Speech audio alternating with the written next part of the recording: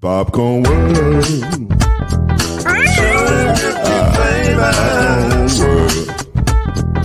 Popcorn World. Yeah.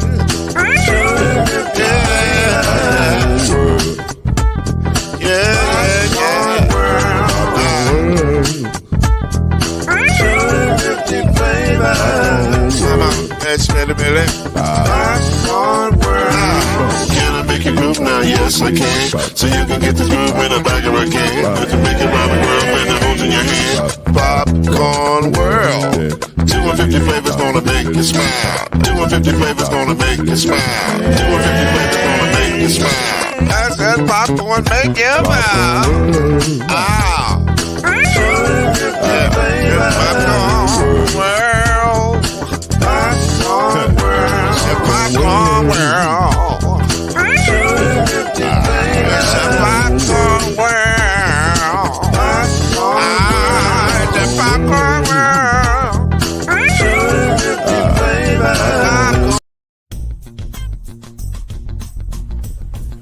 You're now listening to the Brothers of the Five.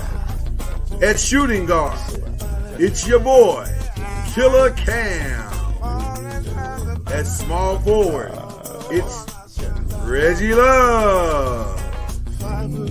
At point guard, Steve Major. At power forward, Al B. And at center, Mr. Noise, Lloyd Spence. And now, the Brothers of the Five. Add one more plus me into the five.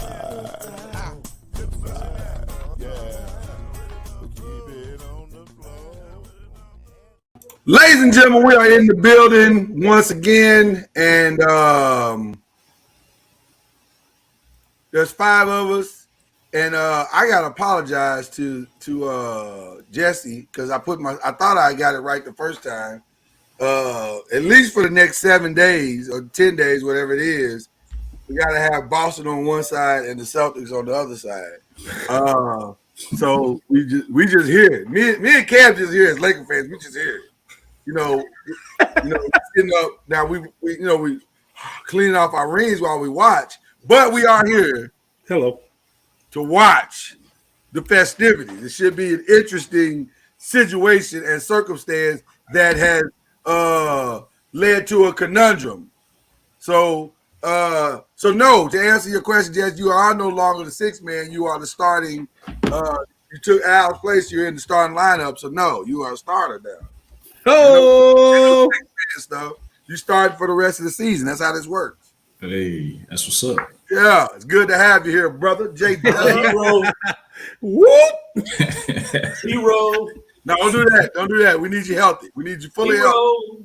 We need you fully healthy, being able to shoot your shot, brother. Listen, hey, at least I didn't say Dame. Dame time. Oh yeah. Wow. Well, but Dame time is clutch now. I don't know. I might take a little Dame time. I don't know. Yeah, when he plays. Listen. He's just in the wrong spot right now. He's just in the wrong spot. Hey, I'm fine with being a sixth man. I'm fine with being a hero player. Well, we're glad to have you, brother. Want to send out real quick before we get too deep. And I'm white, so you know I can shoot. That's right. I want to get before we get too deep into thing I can do. Do what? Can I finish my intro? Thank you. I look on defense though. Let me finish my intro. Before we get too deep in, I want to send some love and thoughts and prayers to the Barber family. As we were getting ready for the show today, about an hour or two ago, the news broke coming out of Frisco, Texas, that former Dallas Cowboy running back Marion Barber was found in his apartment in Frisco, unconscious and deceased. And that is shocking news, to say the least, through this metroplex. Marion Barber was a very beloved Dallas Cowboy, beloved NFL player, known all throughout the metroplex as Marion the Barbarian, a violent football runner, what I remember him being, man, one of the most historically violent runners that we've ever had, and probably had, I would say, a 2 to 3 year run that was pretty solid. I mean, you could say he made some impact in those 2 to 3 years that he was the starting running back for the Dallas Cowboys. And then he left. I can't remember where he left to go, so y'all forgive me on that one. Was it Chicago? It was Chicago. And he had a really solid career. I guess anytime you can make it to the league and stay more than an hour and a half, you had a solid career. He was a Pro Bowler. He was a Pro Bowler. Yes, he was a Pro Bowler. So you can't take anything away from him. But I have great memories. I have great memories of him. What about you guys? What'd you say? I said I think him and didn't Sam Hurd go to Chicago. Both of them went. Yeah, but I think so. Yeah. One person left and one person's still there. Yeah. So our thoughts and prayers. We send our thoughts and prayers and love to his family and those he has left behind. Tragic loss to a solid player. So with that being said, we are off and running, ladies and gentlemen. We have ourselves an NBA final. But before we get to it, Jesse, is there something you want to show us? What's going on here? Just because my name thing didn't get in there at the beginning. White Marcus Smart. Okay. Put a clip in now. Okay. Well, hold on. Let me we can make the listen. The show is we're nothing if we're not our adjustments. So let's just go ahead and make the adjustment now. So not White Iverson, White Marcus Smart. Let's make the adjustments now. This is not no. We're way more official than that. There you go. He's the white mamba. He's the white mamba. No, he can't be the white mamba. No, we can't do that now. There's a reason I didn't say the White Iverson. He bleeds too much. He bleeds too much green to be the white mamba. We can't do that. We can't do that. Gotcha. But shout out to you, Jesse, for taking on that Marcus Smart life. I'm gonna need his hair to be green the next show. I need yeah. You need to dye your hair and go all out. Don't be effing around with it. Let's go. But we got ourselves an NBA Finals. But before we get to what happened or what's going to happen, let's talk about what happened. Let's start with the last game we saw, Celtics Heat. Game 7. First of all, game 6, shocking. Didn't think that was even going to happen, but it did. But somebody on the show mentioned that Jimmy Butler was capable. I don't remember. Let me think, because I'll be forgetting who be saying certain things. It'll come to me. Anyway, what? Why I get quiet now? Oh, everybody! All of a sudden, nobody got anything to say. All of a sudden, everybody was probably thinking the same thing I was thinking. That Kobe would have made that shot. Dirk would have made that shot. LeBron we ain't got to the shot yet. We get to the shot right now. We get to the shot right now. What are your game 7? What are your game 7 thoughts? Did Jimmy make the right shot? Was that the right decision? Yes. No. Hell no, it wasn't the right decision. Who else is going to take the shot? Who was holding him? Can anybody answer that question? Who was holding him? Al Horford. You take Al Horford to the hole. You living at the free throw line the entire game. Why change it? Why even pull up like that? That ain't even your game. You know what? I struggled, and I think I put in the group chat, oh man, you gotta shoot the 2. Mm-hmm. I've had time to think about it. I don't hate the shot. I think I even understand the shot because I think that shot was I got nothing left. It's either we're about to go to the NBA Finals or we're going home. But tonight, I have nothing left. And you can argue, was that the right decision? Listen, he's the highest paid player on the team. That's why he's the highest paid player on the team. He is not a superstar. He is not a superstar. He's an all-star. Jesse, can you pull up my stat friend? Can you pull up how many free throws that Jimmy Butler shot in game 7? 11. 11 free throws he shot in game 7. He was 8 for 11. He was 8 for 11. So you're going to get to the free throw line regardless. I don't disagree with. I think I would have gone to the rack and took my chances because he's backpedaling, and in my mind, my decision would have been I'm going to shoot left because he's backpedaling, which means he's going to fall back to his right foot. I'm going to shoot left, hard to the left side, go inside for the foul, and live with the results. That's what I thought. That's what, to me, instinctively, I think that's probably what I would have done. But I understand the shot.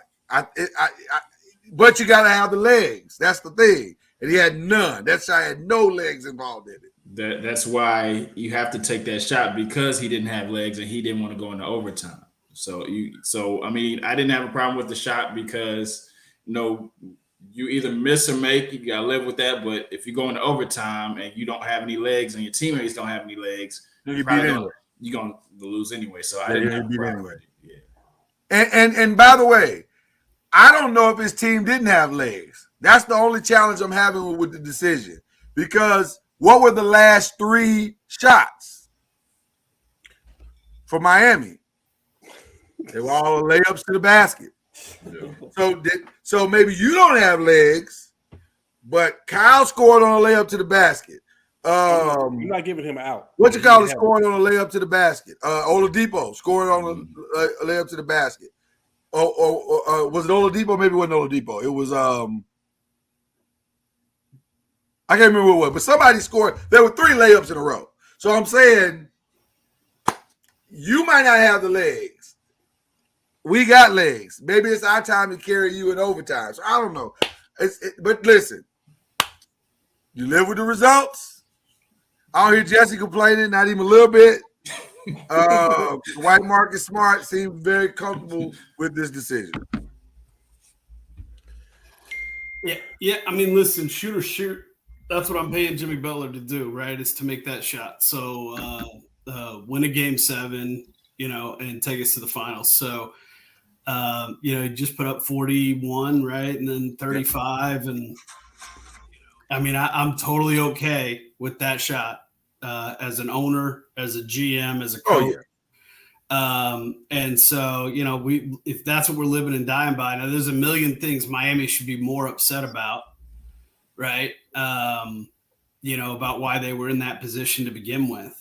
There's no reason there ever should have been, double-digit leads by either team at any point in this series, right? If both teams were doing what they were supposed to do. So, right. So they should be upset about other things. I don't think they should be upset about the shot. But also at the end of the day, it never should have been that close. And they were climbing uphill the entire game. Yeah, it just shouldn't have done that. It shouldn't. I don't think they thought they had a shot in the second quarter. You know what I mean? Like realistically, like if you were able to ask them, hooked up to a lie detector, like real talk. Well, it's tough being down 23 with 14 minutes to play, right? Right. So like, a lot of things had to go right over a long period of time. Once again, right? This all speaks to Jason Tatum and him being clutch. And if you want to say, what's the next step he has to take, that's it. Well, I have a question. Yeah, go ahead.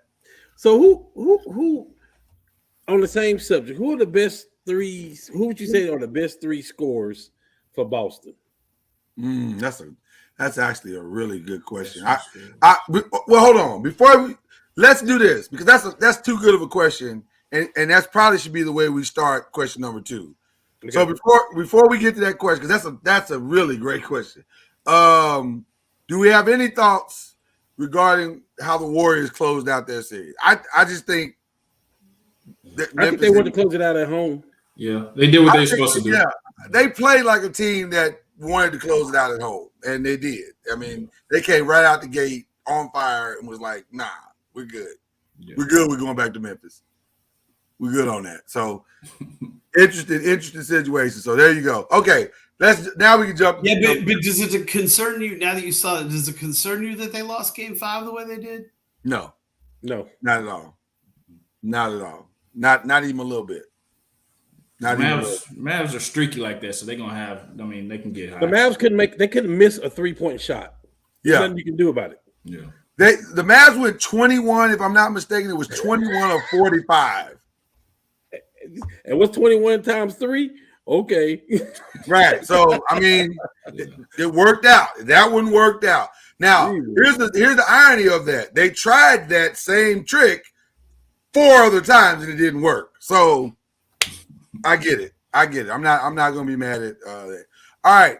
So Cam, you started this out with a phenomenal question. Who are the 3 shooters or scorers? Because I'm trying to remember the 3 best scorers for Boston. Best scorer. scorers is Brown, Tatum, and I guess I gotta go with Smart. Okay, let me share with you on this. Those are the best scorers for Boston. And Tatum had 6 assists, Smart had 5 assists, Brown had 6 assists. Okay. When you look at what Jimmy Butler did, he had 1 assist. Yeah, he tried to do it all himself. And you're not going to win, Luka, like that. Yeah. And that's what I'm saying. That's the superstar versus the all-star status for me. You're going to do whatever it takes. And that's the difference in Jason Tatum now. Yeah. He's doing whatever it takes. He's polished his game, changed his game, including Brown. And that's why I think they were the better team, because at the end of the day, they was going to play Celtics basketball. And that's coaching. I hate to say that he's better than Spoelstra. I'm not saying that, but you can just tell that it's a different from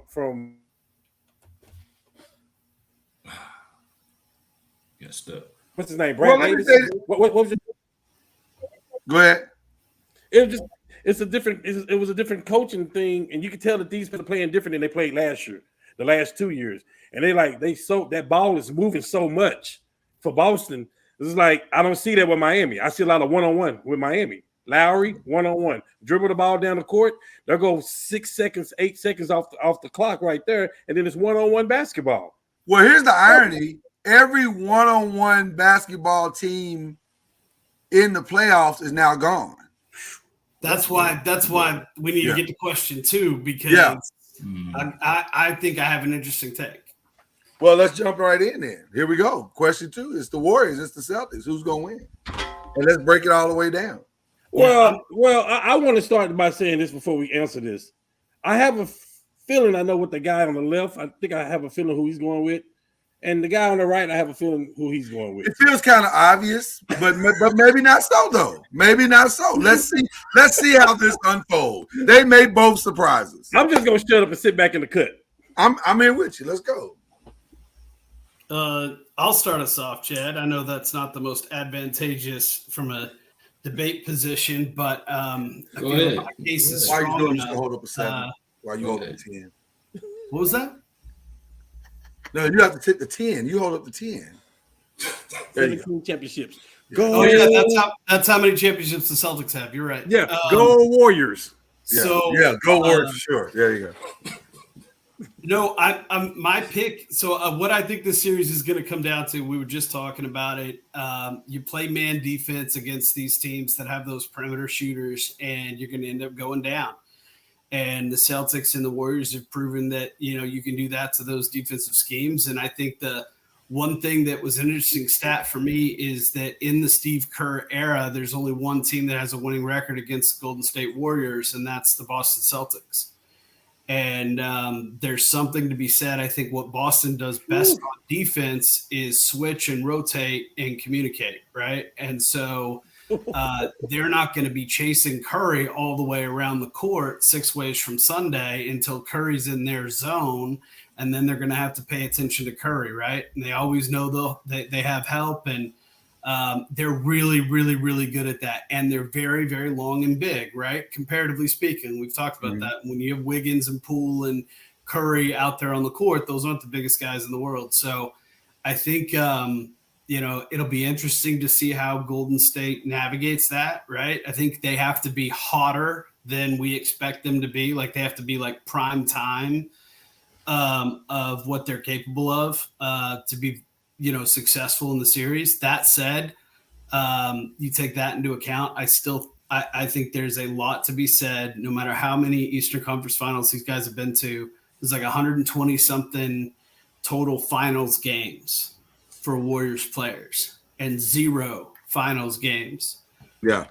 for Celtics players. Al Horford being our OG, right? And this is his first finals appearance. So All that said, if I had to bet and put money on the series, taking my heart completely out of it, I would pick Golden State to win the series.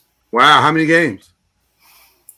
I mean, I could see it. I could see it being done in 5. I could see it obviously going 7, right? I could see it going the other way, a million different ways from Sunday. But yeah, Golden State, they have been all year, right?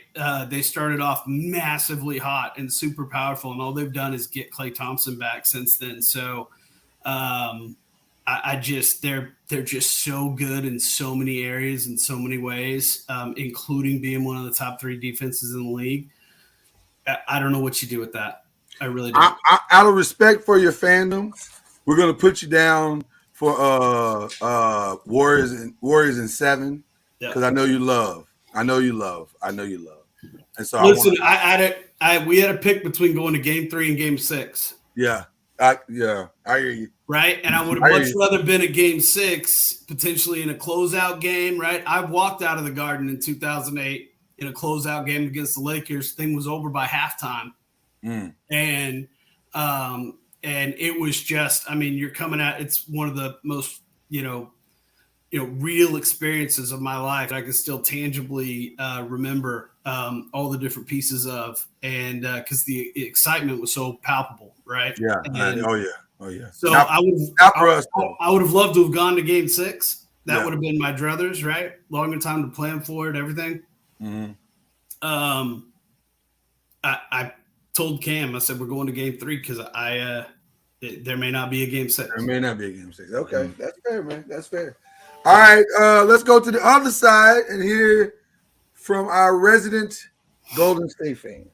No, I agree with Jesse said. I mean, it's going to be definitely that matchup with the Celtics is definitely going to be tough for Curry and trying to get open and trying to do what Curry does so well because Smart. I think Curry is shooting 29% against Smart. I think I saw. So that's going to be a nice little matchup. But my thing is Smart 100% healthy because he's going to have to be following Curry around, and that could play a factor in the defense that Smart is playing. But I mean, other than that, I mean, it's still going to be a tough matchup. I think what Warriors pride themselves on is strength in numbers. So even though you may try to take Curry out 1 or 2 games, you still got Klay, you still got Wiggins who's emerging and being consistent and confident in himself.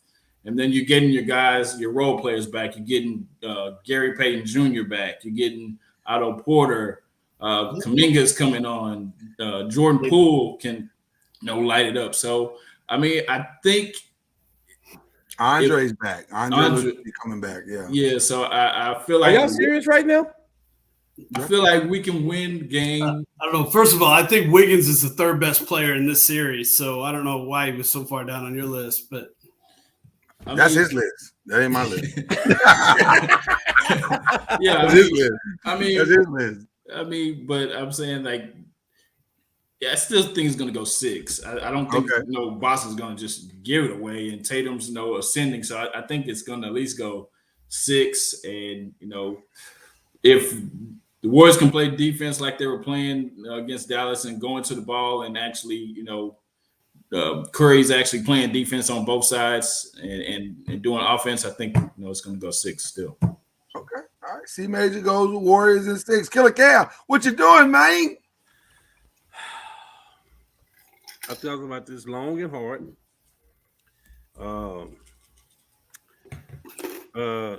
It's a lot of underplots, a lot of stories in this series. The one is the Draymond factor. The fact that Draymond has something to prove to KD once again that we didn't need you, son. You know what I mean? So that's not about this series, but that is. I don't think that's just Draymond, by the way. I think that's a collective effort. But I hear you. I hear you. Yeah, for sure. For sure. Draymond probably is the leader of this movement. 100%. For 2, for me, the most important element of this is going to be defense. Who is the better defensive team in the series that we're talking about? And we always talk about, especially when we talk about football, we talk about defense. But when you talk about basketball and NBA too, man, if they could control certain people, they could take the whole team out of whack some kind of way, out of the element. And I think I have not given the Celtics credit all year for how good of defensive effort they put forward. And then even the Al Horford of the world, we're talking about Jimmy Butler should have took Al Horford because he was backpedaling, not because Al Horford is a bad defender. Right. So everybody on the Celtics team defends. Right.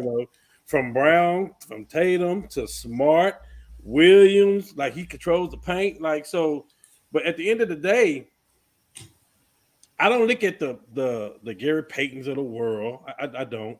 I don't look at the Kumingas. They in there for a spark. That's all that is.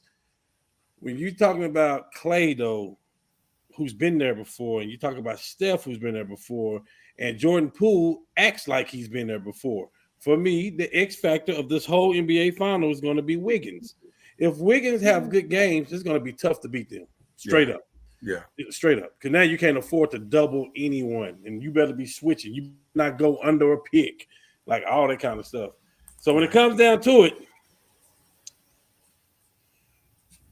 Warriors in 5. Oh, wow. Okay. We've gone from 7 to 6 to 5. But what did I say? You said it could go 5. Yeah, you did. I'm gonna tell you something.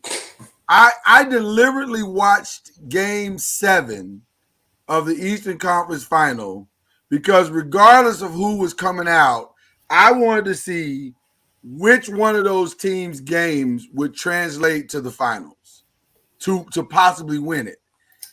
And it became very obvious very quickly that it would be Boston simply because they can hit shots at some point.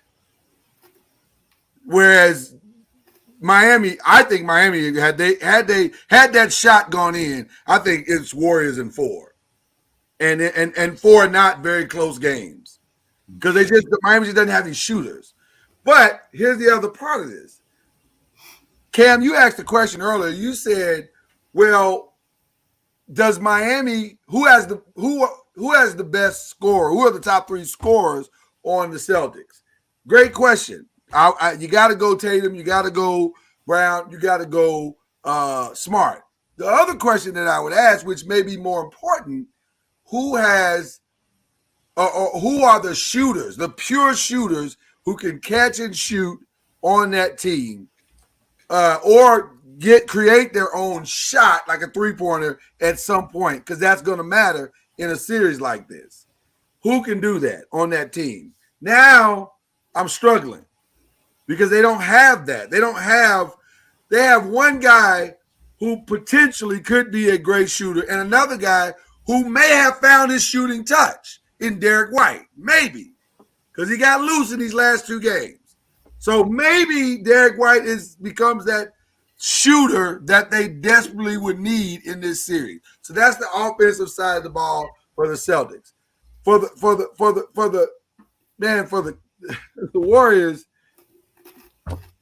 it's just you can't stop everybody. You just can't stop there's no way to stop everybody. And you're going to slow, you might be able to slow, well, I don't even know if you can slow Steph down. Like, yeah, you're going to switch, but you can't stop this dude from, he ain't got to shoot the shot you want him to shoot. He may pull up before you get to the 3-point line and shoot that shot. And if he's cooking, that's a good shot. Yeah. So I just don't see the path where the Celtics have the shoot. They will play great defense. I don't think any game is going to run away from them. I think all the games will be within 10 points, to be honest with you, 10 to 12 points. But I don't see the shooting shot for shot that matches up to where they're going to be able to get 4 games worth of great shooting. I don't see it. And I've tried to find it.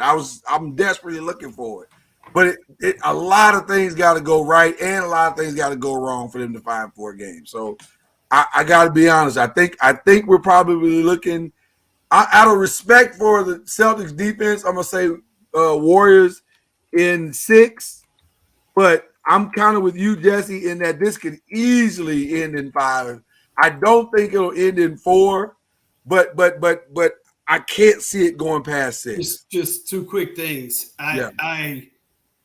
Man, it's hard to disagree with the totality of your argument, but the pieces that you used to get there, I think, are a little flawed. And I only say that because I think that you're really underselling what the Celtics are good at. The Celtics are good at being a great team. Everybody having, double-digit points and not having one or two, great all-star performances. And I think what that does is it underscores what Al Horford and Grant Williams kind of bring to the table from a scoring perspective, and that at any point, which both of them did in the last 2 series, they both went over 35 in a game. And so I think when it's needed, it can be there, right? They're just not often called upon to do a lot of that. This series is going to come down to me, is Tatum a superstar or an all-star? Because if he's a superstar and he performs in clutch time and he doesn't have 2 for 14 games and 6 turnover quarters, right? And he plays the way maybe he played against Giannis, right? In that Bucks series a little more, you could be talking about he could take over the series, and we could be talking about someone's moving towards that Kevin Durant Giannis level, right? But I just don't think he's going to show up. And that's the problem, right? I just don't think he's going to show up consistently enough. I say that because I haven't seen him do it. And I'm going to say I think he will. I'll be honest with you. I don't think Jason. If he does, then we're all wrong. Well, not necessarily, because here's the other problem. I don't think the Warriors are in any danger if a superstar shows up. Where they're in danger is if, like what you just said, if Al Horford is hitting 35 and Derek White is popping 35, in addition to Jason showing up. Now that's a problem, because I think the constant is Jalen. Jalen's going to get his 20 to 25 no matter what. Somehow, some way, he's getting his 20 to 25. So that leaves, can Jason go to the next level, and then can somebody else get there with him? Therein lies, to me, the problem, because there's such a great defensive team, and there's such a concentration on it, and it needs to be. I don't think you can do with this team that they're playing. See, here's the difference between a Miami and a Warriors. Miami ain't moving. They're going to stand around, and you're going to watch them stand around, and somebody's one-on-one is going to try to make a play, and if they make the play, great. If they don't, then that's the end of the play. That is not Warrior basketball. There is constant movement. There is constant pick and roll. There are constant pin downs. There's constant everything. Do you have enough energy to give them to do all to what you're going to have to do on the defensive side of the ball and still come back and make that 3 or still come back and make that shot? That's my concern. Now, again, we're talking about the best defensive team in the league. So maybe they have that. We'll see. I just don't know if they have that for 4 games. So that's fair. So the only other point I wanted to make, my second one, is that it's the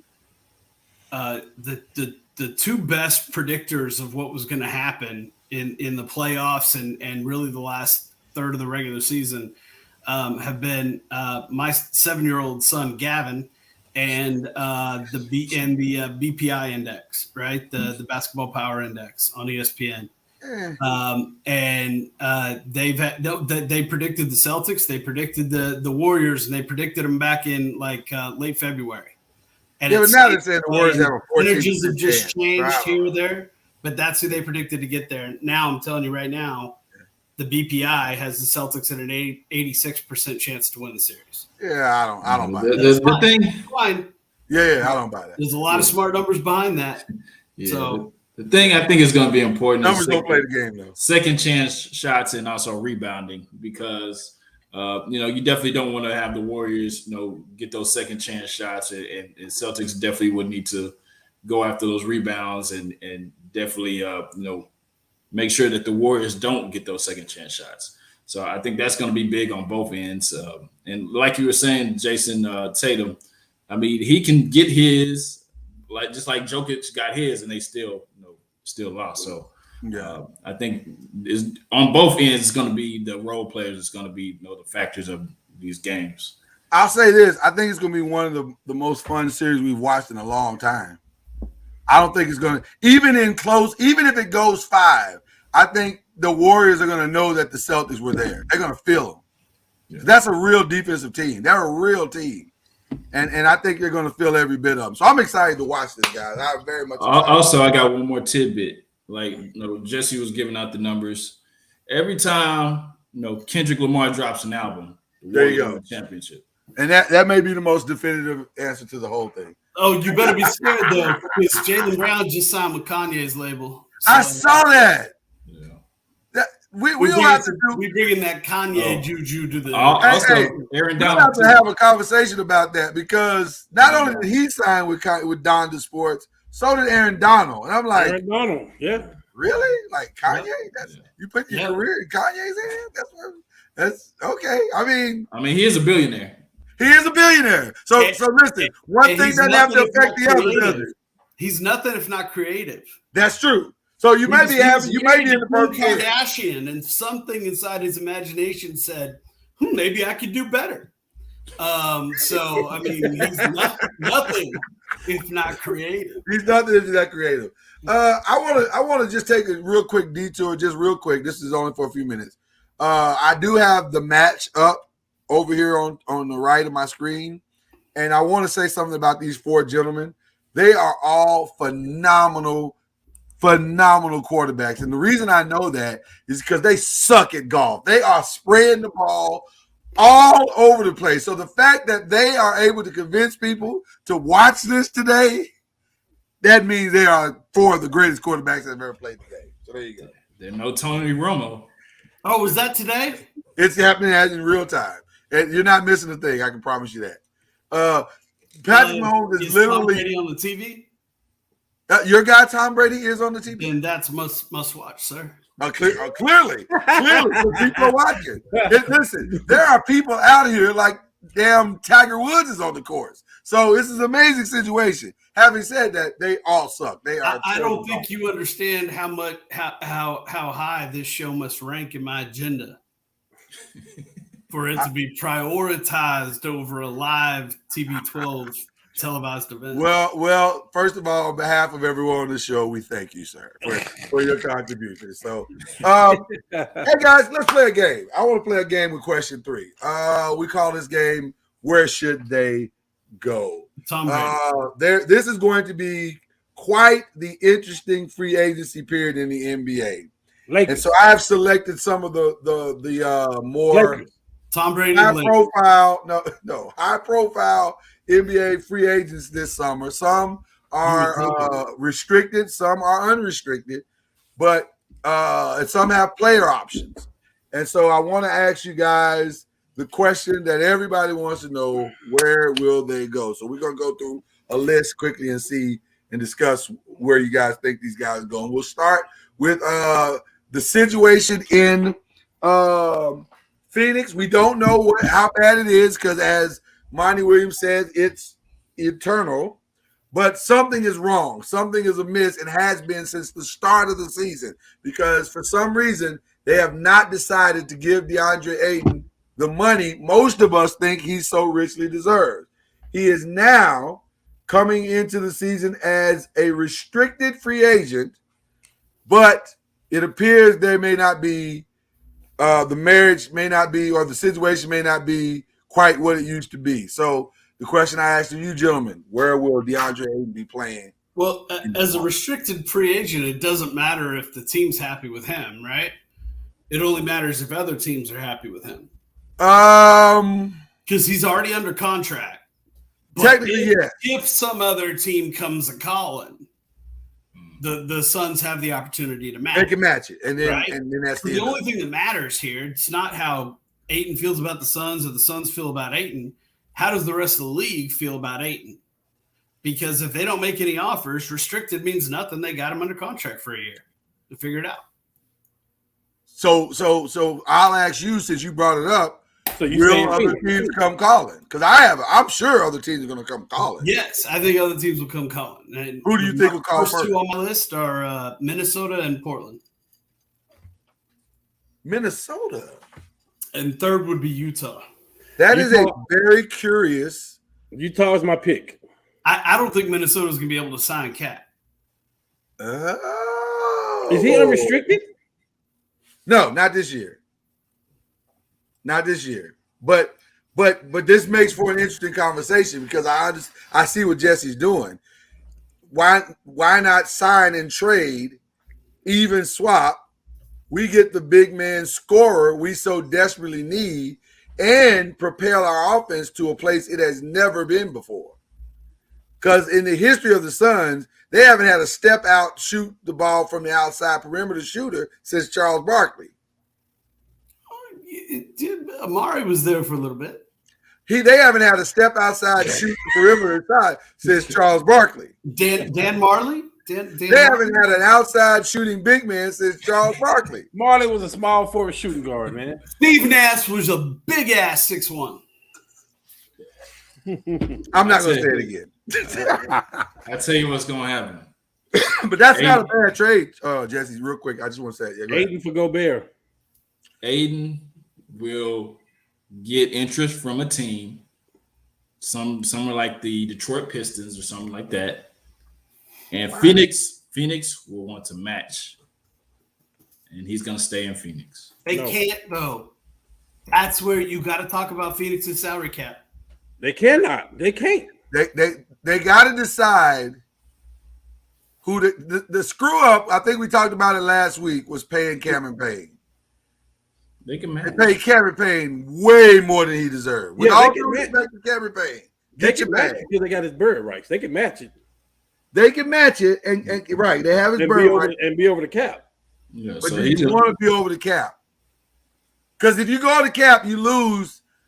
You're probably losing McGee. You're probably losing Biombo. You got to go do something else now with that. Unless they'll come back for the league minimum. They may. JaVale's got 3 rings and 14 years under his belt, so he might be like, I'll ride with you guys one more time. He might. I tell you what they need to do. They need to go get the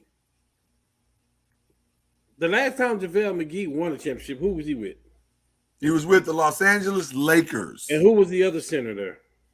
That would be Dwight Howard. Go get Dwight Howard because you're not looking for offense from that position if you're the Phoenix. You don't need it. You can just go get serviceable. You can go get serviceable big men. They don't need the offensive scoring. But wasn't that the problem before? They needed offensive scoring. No, that was the problem this year. He didn't score and he played 17 minutes. They needed scoring.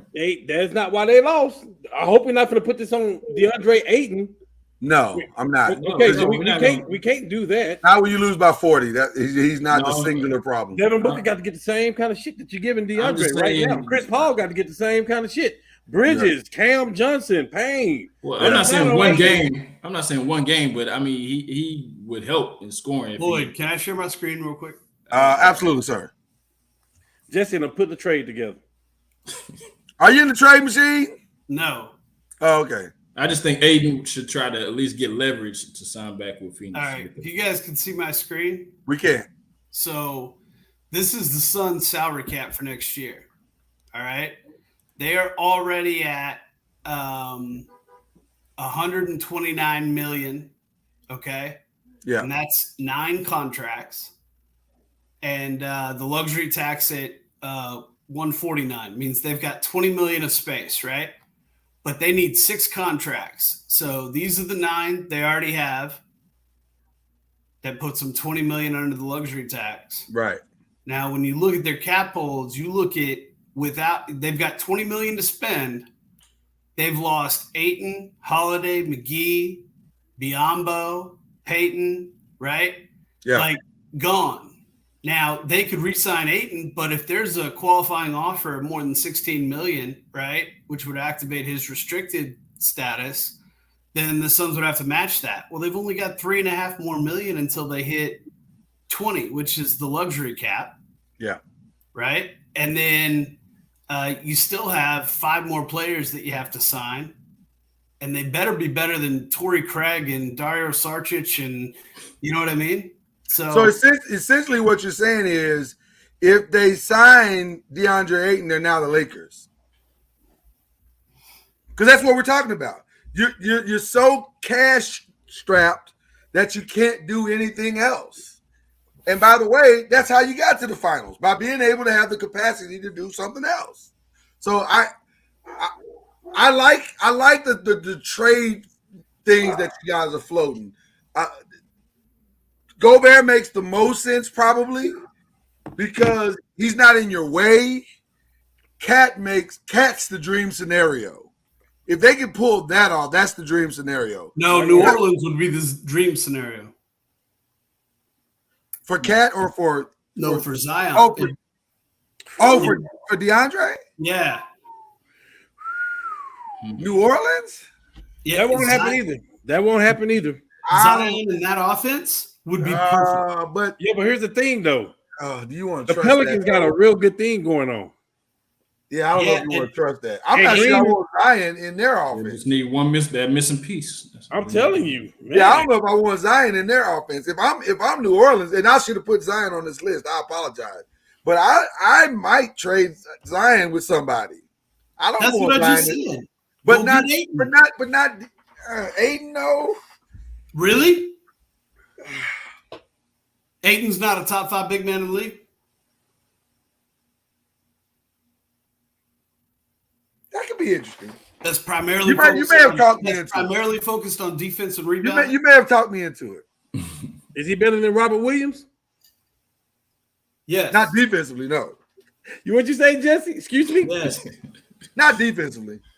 No, I think Williams has a higher ceiling. He needs to go spend a year with Olajuwon. He needs to go Yeah, to Olajuwon's, 10 to 12-year-old camp, 3 weeks in July. By the way, I didn't mention this, but I'll mention it now. Okay. I have a feeling the truth is about to come out on what you just said with him and Kevon Looney. I think that's going to not be what they think it's going to be. But that's a whole nother conversation.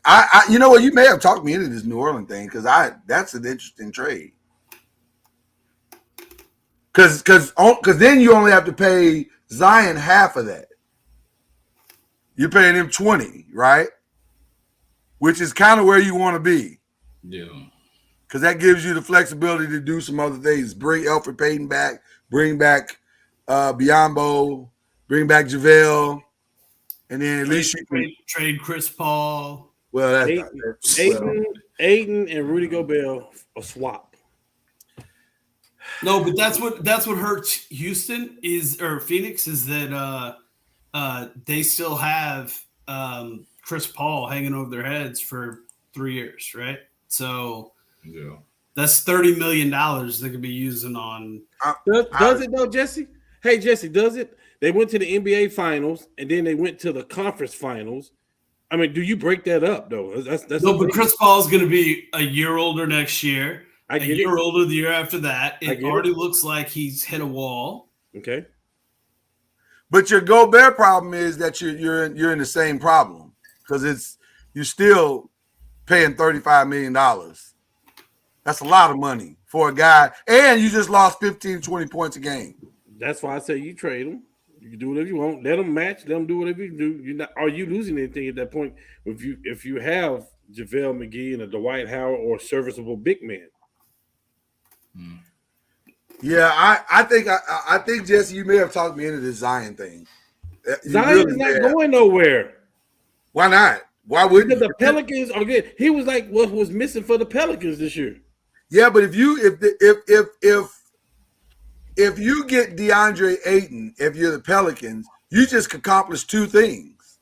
You just weaken the team that you just lost in 7 games to, and you just put yourself in the top 4. Brandon Ingram becomes your point guard. Huh? Sorry, I didn't say it out loud. You said something out loud. What'd you say? Then Brandon Ingram becomes your point guard. I don't know about That's what they want. They want him to play point forward. They want that. No, that's not a good lick. Yes, it is because you don't want the ball in CJ hand. You do want the ball in CJ. No, you do not. Listen, CJ is a better shooting Derek Fisher. That's all he is. CJ is better than Derek Fisher, all hands down. That's my point. But That's what you want on next to. Who the best player on the team? What's Ingram? It's not close. To get the best out of Ingram, you got to have the ball in his hand, though. Yeah, but you don't want the ball. I don't think you want a Kobe model in New Orleans. So I don't get think the- you do. Who the best player for the Lakers? The best player is LeBron. No, to, you to- want, to get the best LeBron, you got to have the ball in his hand. no, you want, and you want Ingram to start and playing like Giannis. Ingram, He needs LeBron. to quit trying to play like Durant, Luka? more like Giannis. He needs to You gotta have the ball in those people's hands. Yeah, but Even- if we gonna get him to play like Giannis, he needs to put on about 40 pounds. No, he's not Giannis. He ain't Giannis. That ain't what he is, though. Yeah, he's more of a Kevin Durant. That's more. He what is exactly Kevin Durant. He's never gonna play downhill like that. It'd be great if he would go on and invest in his body and put the 25, 30 pounds. He can't, Lloyd. Yeah, I don't think that. Yeah, that frame probably can't hold If he it. plays downhill, he'll get hurt. Hey, Lord, if that was the case, Zion ate all the shrimp. hey, oh my God, Listen, Hey, you Lord. can eat like that and get bigger. if that was the case, Durant would be bigger. yeah, that's They're true. not going to get any bigger than what they are. That's the max of their body frame. Those are some interesting locations. I'm interested in all of that. That's so since we're already there, let's stay there. Can I add one more team in there though? Can I add one more team in there? Absolutely. Celtics. The one team that needs a big man right now Celtics. are the Dallas Mavericks. Now let me tell you I something. said that last week. So let me say this. That's What'd the you say, perfect. Chad? I said that last week. I've That's been the saying per- it. That's the perfect lead into this next question, Rudy Gobert. Which one would you rather have, Rudy Gobert or DeAndre Ayton? Depending on what team it is. Dallas. Let's talk about Dallas. I need You somebody need to score the Ayton. ball. See, I think it's Ayton. You need Ayton. Yeah, I think it's Ayton. You need more scoring options. Exactly. No, You need to take the defense off of Luka some No. way, somehow. no. Rudy Gobert, because you want the best defender. You want the best defender, a la Tyson Chandler. Dirk didn't play a lick of defense, but when you got Tyson Chandler on there, it kind of hit that. Luka's doing the best he can. Luka's not going to be a great defender, period. He's not going to be a good defender, period. But what he gives you on the offense is good enough, but you need somebody to protect his backside. Can you win a championship in Dallas shooting 45 threes a game and getting 5 to 6 blocks a game with Rudy Gobert? That's essentially what you're saying. I think the Mavs are going to make the appropriate moves. You're talking about free Rudy agency? Gobert averaged less than 2 blocks a game this year. Well, I'm assuming his presence is going to provide other blocks to come from other No, places. it was Jackson Jr. and Robert Williams led the league at 2.1 blocks. I think you're missing my point. My And point how is, many having Rudy Gobert votes did they get there, for defensive player of the year? do what? How many votes did they get for defensive player of the year, Jesse? Who, Dallas? No, for the two people he just named, Robert Williams and whoever else. A couple. Oh no, I think Well, Robert he's good. Williams finished 5th. But you're missing. What about Rudy? Hold on. You guys are missing the point. The point is not how many blocks can Rudy Gobert get. The point is how many blocks can be gotten when you don't when you can press up into a player and you don't have to worry about behind you. That's really the gift of Rudy Gobert. Off It ain't the got nothing ball. to do with what he does. Off the ball shot block. Right. What are they giving up to?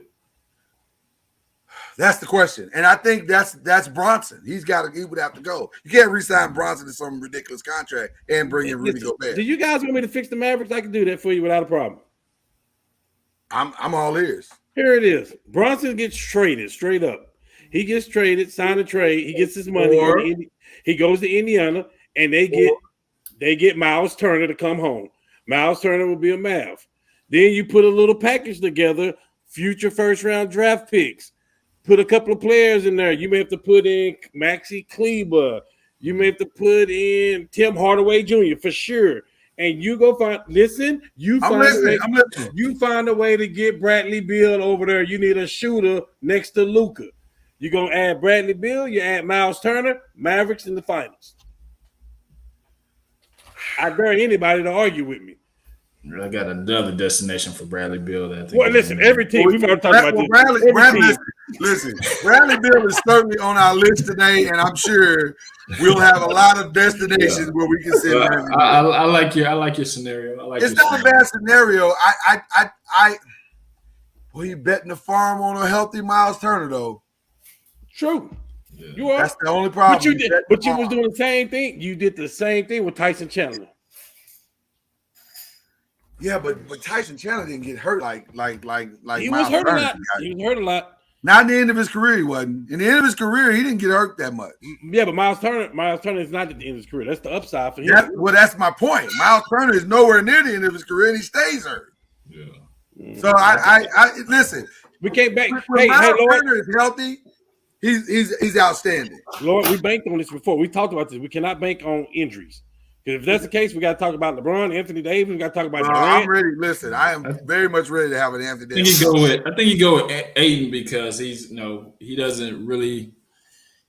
I mean, he'll get you the scoring punch and get some off of Luka. I hear with you with the rim protection and everything, and I think you got to go with scoring on that end to try to alleviate what Luka does. Luka get paid a lot of money, bro. Spencer Dinwiddie about to get paid a lot of money, bro. I'll say this: you're losing one of them. You can't pay everybody, and I think Brunson. If you bring in Ayton, Brunson is gone. Brunson is gone regardless. He may be. That may be true. That may very well be true. Can I ask you a question, Lord? Really? Well, Chad, I know what you're gonna say, and Jesse, is Jalen Brunson better? Is he that much better than Trey Burke? They just re-signed Trey Burke because of what he did in the bubble. Like, or you know what I mean? Like, is he that much better than Trey? Trey Burke is a bucket. He's a walking bucket. When given an opportunity, he's a bucket. Well, listen, I'm gonna be honest with you. The Trey Brunson I saw in these playoffs was pretty bucketish. Like the one we just saw in the playoffs. I agree. Playing for the game. Now he played. Listen, now he played for his money. I get it. He knew what was at stake, and it wasn't just a championship. It was his NBA future. So I get it. Yeah. But I. But you're gonna see the real Jalen Brunson next year when he gets paid and see how he plays in. Yeah, right. Is he real? Is he really that player or not? So, and I'm telling you right now. Okay, so where will we send Rudy Gobert? If we don't send him to the Mavericks, where will we send him? I don't think Rudy goes nowhere. I think Donovan Mitchell is the odd man out. And if they do, the people of Utah should take a break from their polygamy and burn the city down. Who is running the basketball operations for Utah? Who is running the basketball operations for Utah? Danny Ainge. And who's right there with Danny Ainge? Dwayne Wade. And where did Dwayne Wade come from? Miami. All right. You think Donovan's going to Miami? Yep. I think that's where he's going to go. Then I got to call collusion. And apparently, I'm not the only one that thinks that. No, I think they're building their franchise around Donovan Mitchell. I agree. I think Rudy Gobert is going to be a coach's decision, and I think they're on the fence with Snyder. If they stick with Snyder, I think they stick with Gobert. But ownership's got to be convinced that that combination is going to end up winning them a championship, and I don't think they are. And I don't think the argument's convincing enough. And I think what that means is they're going to move on from Snyder, and whoever they bring in is going to have a scheme that does not involve needing Rudy Gobert's defense, and he's going to be an asset, and they're going to trade him. I think Rudy Gobert got exposed in this last playoff series for being not just an offensive liability, but way more limited defensively than you originally thought. Because all he is a rim protector. Now that's a great thing to have if you got all the other pieces. But in today's NBA where you can be spread out, i.e. Dallas, i.e. the Mavericks, i.e. so many teams that are shooting the ball. So Lloyd, who are you taking? Rudy Gobert or Robert Williams tomorrow? Honestly, probably Robert Williams because I think I got a lot more upside. Now, there's some things I can do with Robert Williams to get him better. I don't think I can. I think Rudy is who he is. He's a A+ Clint Capella. And listen, that's not necessarily a bad thing because that's probably 16 points a game. He's catching 4 to 8 lobs a game. That's great. He's giving me 2-3 blocks a game. That's great. He's giving me 10 rebounds a game. That's great. And that also means I have all the other pieces I need. He's not fouling out, and I can Not fouling out. free throw line. Yeah. And It only becomes a problem when they start spreading the floor. Now I'm stuck because I got this dude that can't guard threes, whereas with Robert Williams, he can block threes. So I can't believe we're over here discussing and talking about Robert Williams, guys. This is too crazy. Listen, Robert Williams might not even be a Celtic next year. Let's just call it what it is. First of all, he's a nutcase ready to explode. We knew this. Wow. And so at the end of the day, Boston is going to get their ass whipped. Okay, they're going to get hold on. They're going to get their ass whipped 4-0, 5-1. That's what's going to happen. And this the combination of the Brown and the Tatum is not going to work, which I have been screaming for the last 2 years. And I told you on the show last year before the NBA started, Jaylen Brown would be traded for Cat Williams, for Cat. Well, this escalated quickly. The Cat will be in Boston next year. Hey, you will be another form of Shaq and Kobe, is what I'm telling you. No, Chad. Yes. What do you What are you doing next Wednesday?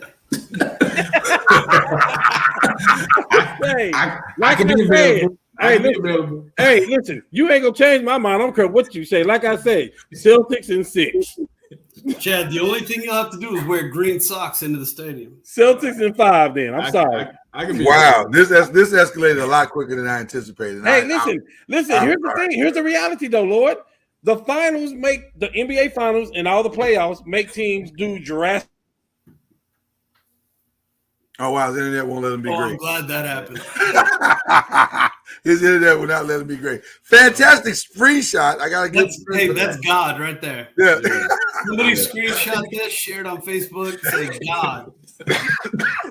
All this is tag Lawrence Alexander. I think Rudy Gobert will not. That's the Archangel Michael. If you look close enough, you can see that we take a picture, send it to the Vatican. I got so many things here, and spirits, bad, evil spirits leaving his body. Oh my goodness! I got a Rudy Gobert scenario. Talk to me. It may be off the beaten path. Talk to me. Rudy Gobert sign and trade for Miles Bridges. For Miles Bridges. Miles Bridges, who is also a free agent. Yes. Or unrestricted. No, I think he has a player option. Is that what it is? It's restricted. It's restricted. Okay. It's restricted. Why would they do that? I'm trying to understand. You can pair Miles Bridges with Donovan, and also they got Clarkson over there. I feel like it'll be them running down the court, shifting the whole offense. Because you don't know if Quinn Snyder will be there, so different philosophy, and then you can put Gobert over there with LaMelo catching lobs, and they'll be playing off of each other. So I think it'll work. I do think the one thing that makes this interesting is that what Utah really should do, right? Because I think it now. Gobert would be an amazing third piece. Yes. Right. If he was the Marcus Smart or the Draymond Green of your team, you feel like you're in a really good place, right? But he's right now serving, as their number 2, and I don't know if I think that if they trade Gobert, it should be for that opportunity at that number 2 spot, right? And whatever position that is, I don't think it matters, to be honest. But I think that's what they should be striving for. Where can we get that talent, potential, and opportunity to be complement Donovan Mitchell's game and be his number 2 player? Because that's what he needs. He needs somebody that can truly take the pressure off. That's right. Yeah, that's what he needs. Wow, that's an interesting. You bring up another interesting point there, Jesse. There may be some nice trade scenarios out there for that. Because there's a lot of teams that need a rim protector. Now, how about this? Let's go back to New Orleans again. Zion Williamson would not be, if he can stay healthy and keep the weight off, because there's not a lot of foods in Utah that are going to distract you. So maybe you go to Utah, and that's not a bad running partner. And Gobert go to New Orleans. Already had a French influence down there. Yeah, that would solve practically all their problems. I like it. New Orleans might be the protector of a lot of the things we're talking about here today. All right, that's an interesting one as well. But Here's one. What Brandon Hey, was saying. you know what I'm really afraid of right now? What's that? Did Cam get caught up in the rapture? Is that what? I hope not, because if he did, we are screwed. And we're just sitting here. We're the only three people still sitting here talking. Right. I'm assuming no, because my wife is still upstairs. Yeah. So Can you hear her moving around? I hear her moving around, so I think we're good. Yeah, what Brandon was saying as far as KD going to Dallas, I don't know if KD and Luka could play together. Well, I don't know what that gets you. I mean, you still got the same problems. If we got better shooting, obviously, but now you just I don't know. It's going to create drama in the locker room. I think. Yeah. What about this one? Kyrie will get a blank year contract from who? Can I do a Stephen A. impression and not be accused of something socially related to blackface? Absolutely, sir. I'll just quote him. Like, there's no way in hell I'm giving Kyrie anything more than a 1-year deal. Okay. And then when you put it in that frame, and if everybody got behind that, then there is, every team in the league would want him for a year, right? Absolutely. So that brings me to what I was going to say. Kyrie could get a 1-year deal. You're welcome. From the Los Angeles Lakers. Wait, hold on. He's going to Los Angeles, but the other squad at the other end of the hall, the Clippers. They ain't got the money. Sign and trade. Neither do you. Sign and trade with the Clippers. So who leaves? Paul George? Take your pick. No. I don't know. It's got to be Paul George. The money's got to match. He's going to sign. If he does a 1-year deal, it's going to be upwards. It's going to be somewhere between $40 and $50 million. Kawhi? You don't do that, do you? Jesus, you don't do that, do you? Who's giving the Clippers more in their tenure? Huh? He's right. Right. Best ability is. Hey, you always say that. Best ability. That's my quote. Y'all know my quote. The best ability is availability. Okay. So if you were the Clippers and now you got a track record. Yeah.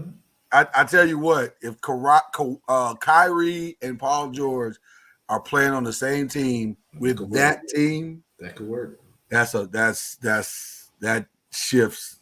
They might burn LA to the ground. That shifts the Western Conference considerably. That could work. Coachella might be held at SoFi. My God, that shifts the Western Conference considerably. Man, wow. Yeah, that's interesting. The only thing you would worry about with that is team chemistry. But if they can hold it together for 1 year, woo! Well, then what does Brooklyn look like? My goodness. If Kawhi can stay healthy. No, if Kawhi and Ben Simmons are on the court at the same time. If they can stay healthy. That's what we're talking about with them. And Durant and Seth Curry can handle all your scoring. They're going to Western Conference. They're going to the NBA Finals. And you got a big man. You already got Andre Drummond, right? So yeah, they're going to Western. They are going to the finals. There's no. So there's no way Brooklyn wouldn't trade Kawhi for Kyrie, right? If it's available, no. No, there's no way they wouldn't do it, right? No, if that's an available trade, no. The answer to that is they'd be crazy not to. If you're the Clippers, why wouldn't you do it? Because you're betting that Kawhi just had a year of bad luck, and that's it. But you don't always want to bet on something. You want something that you already know is going. He's already played with the coach over there in Ty Lue. Always got a relationship with him. I would. Can I tell you why, Jesse, you're on fire tonight? Because that trade is one that would potentially shift the entire. Here's what that trade does. Both conferences. Both conferences. But here's what it also does. It probably ends LeBron's opportunities at any shot at another championship because he's not getting past the Clippers and he's not getting past Golden State. It's over. He could go to the Clippers. He could go to the Clippers or he could go to Golden State if he wanted to. And then maybe have a shot that way. I know But he's always playing in wanted to his play with current- Steph. Huh? He's always wanted to play with He Steph. wants to play with Steph. So this might be the opportunity to do it. But playing under his current circumstances, nah. It's not gonna happen. No. Not gonna happen. No. That would be a massive shift and that may influence another trade. The one where Embiid says, I want out. To where? He can pick his spot. No. He can pick his spot. But he would want out. Because he's not getting through Brooklyn, Milwaukee, Boston. He's not beating any of those teams now. So, wow. That was a good one. You know what? Let's move on. You can't top that. You cannot top that. That was fire. Where the hell is Cam? I don't know. I shot him a text. All right. Well, because he brought this up. Mm-hmm. So this is a two-part question. Because the first question is this: will Bradley Beal have his Kevin Garnett moment? Meaning, he realized I've done all I can do for this franchise, and I've done all I can do for this franchise, and that's it. I'm gonna opt out. He has the player option. Now, to be clear, Bradley Beal will be opting out of $35 million at age 28. So, Wow. this is probably, I ain't gonna say this is his last big contract, but this is gonna be a massive contract if he opts out. But he's leaving money on the table. Is he, though? You don't think he could get more than 35? He could, but he's losing a year. No, but he's gaining a year on the other end because if he's 28 and goes into like a 4-year max deal, then at 32 he can get another 4-year deal to 36. Yeah. If he's 28 and does let's say a 5-year he plays this year, so next year he's 29 and he does 5-year deal just because the max dollars are better at that point. Then he's 35 trying to get his next, contract.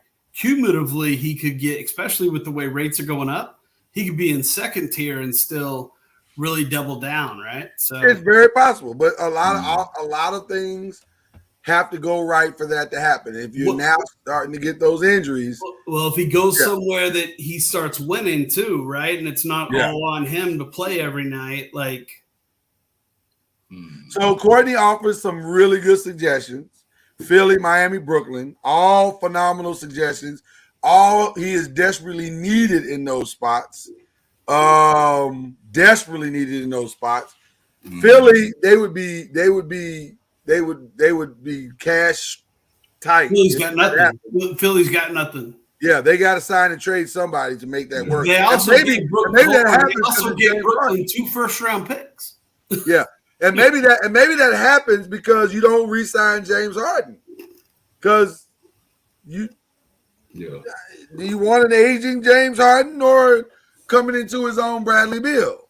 I got a question. Would you trade Bradley Beal for Ben Simmons? I would. That's a no-brainer to me. Yeah. Who? Bradley Beal for Ben Simmons, I'd trade him in a heartbeat. Mm-hmm. Who are you getting? Which team are you? Washington. Washington would have Ben to do a Simmons sign go to and trade Washington. situation. I think He'd Beal's- opt into it. I He'd think opt Bradley into it. Beal- I think Bradley Beal's worth more than that.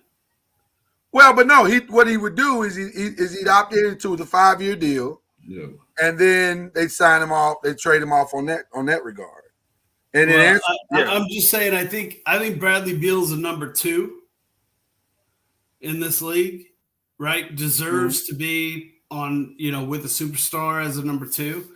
I don't think, and I think Ben Simmons, when he's used correctly and actuates all of his talent, I think he's a really great number 3, right? That Marcus Smart, Rudy Gobert type player on a team. So I don't understand trading a 3 for a 2, right? If I'm Washington, maybe it's Ben and maybe it's Ben and maybe Seth is back on the move again. Other pieces, Ben Simmons, Seth, they got to go together again. Because that replaces the shooting that you lose with Bradley. But if you're Brooklyn, you gotta. But that's Bradley Beal. Listen, the problem with Bradley Beal is that he fits into just about everything that you can put out there, every scenario. I got something that I'm going to say because I've given this a lot of thought. And I wish Cam was here because I really want him to hear this. Hopefully he's still listening. He'll pop back on the screen here in just a second. But I think for the Lakers, AD, Russell, Taylor Horton-Tucker, and everybody else, not named LeBron James and Malik Monk and Austin Reeves, are on the table. There are 3 names that I'd keep, and I just named them. Those 3. Everybody else, including AD, is on the table. Hold on, what were your 3? LeBron, Malik Monk, Austin Reeves. I'd keep all 3 of them. Everybody else on the table. You don't have a draft pick now, or I think, and next year. And you got to get younger. Yeah. You got to get younger, but you do need a superstar. You do need another superstar. I only have one disagreement with that. Go ahead. And that's Taylor Horton-Tucker. And I say that because I think what you get by keeping him is that amazing 6th, 7th guy, right, on your bench. I thought about that. That knows the organization and knows what LeBron wants to do and can also provide, incremental scoring to the team. I don't know if you're going to get, in return, what you'll be able to spend to replace him. You know what I mean? And that's where I think we would diverge from one another just a little bit, because I think at this stage in his career, I can find another Taylor Horton-Tucker. I'm not saying I'm not going to regret it at some point. Yeah. But at this stage in this career, because I got to look at the window that I have with LeBron. It's probably a 2-year window and if this Brooklyn Kyrie trade goes through, it could close faster than that. So I got to do something now to win now. I get Bradley Beal and I go get younger everywhere else and just take one more swing at the fence. So that's my reason for doing it. It's not that I don't believe in Taylor Horton-Tucker, because I do. I just think the window is. You just hit me with maybe the best trade I've heard all night, and that thing scares the shit out of me. So now I'm saying, well, I got to do something. I can't. We're in the play-in game again if that trade goes through. So Bill puts me back in the conversation. And by the way, if I can't get anybody to trade for Russell Westbrook, I'm still okay. Because now I got a viable shooter out there. I can probably get Carmelo back again one more year for a 1-year thing. I can put pieces around it. But I gotta Bill solves a lot of problems, man. God, dog, he solves a lot of problems. If you got to give up Horton-Tucker to get him, I mean, I would do it. Yeah, but having said that, I don't think that's where Bill is going. I do think he's going to opt out, because I think enough veterans are going to call him over the next few weeks and say, you see what's happening? You see what your boy Jason them just did. You see what Steph is doing. You see what the opportunities out there. How long are you going to wait? It's going to be interesting because if he opts out, does he go for like something less than the max to one of those phone calls? Yes. Or does he go to the spot that can give him the max? Because I guarantee you, Bradley Beal on an open market in this offseason can get a max contract. No question. No question about it. Guarantee. I think the most logical place for him to go to, for me, is Miami. It's an easy fix. It's an easy plug and play. Because here's what Tyler Hero just came out today and said, I think I should be a starter. It's time for you to go. Does Time for Hero you to go. for Beal get it done, though? Huh? Does Hero for Beal get it done? No, it doesn't. He's got to opt out. He's got to opt out. Bradley's got to opt out and be straight up. So straight up. Yeah. So it's got to be straight up. I bring him in for 4 years. I slightly underpay him this year so that I can overpay him. Maybe he doesn't even sign a 4-year deal. Maybe I blow him up for 2 years so that I can really pay him on the backside of the contract. No, I don't know. He's not going to opt out at 35 for anything less than 35. So Well, that's what I'm saying. I give him maybe I give him 40. I give him 3 for 120. Mm-hmm. And then But who are you not paying then if you're Miami? Tyler Hero. Why would I do that? I'm not going to pay him starter money. So he's a free agent? Yeah. I'm not going to. If I got Bradley Beal, I just got Tyler Hero twice. Okay. So Tyler Hero's gone, Bradley Beal's in. Yeah. That's what I would do if I'm Pat Riley. And by the way, $40 million versus Hero's rookie contract at $5 million. That's not what he Miami wants. He'd still have a $30+ million problem. But that's not what he wants. He's already come out openly and said today, I want to be a starter. And that's great for you. You just can't do that here. No, I'm talking about this year. They keep everything going over to next year, except Hero and Beal switch spots, right? Mm-hmm. Beal's making 40. Hero was making 5 on his rookie deal. Right. Miami still has a $30+ million problem. Well, there's some people coming off the books. So I think we can find – resign people, so if they're not Jimmy Butler, it's immaterial. $5 million player comes off the books. Another $5 million player goes on. There's still a $35 million problem. Yeah, but it's a good problem to have.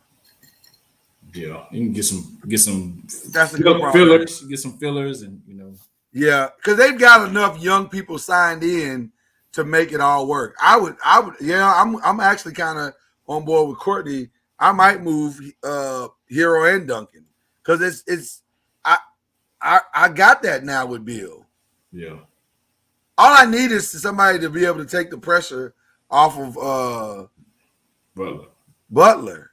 And Beal does that.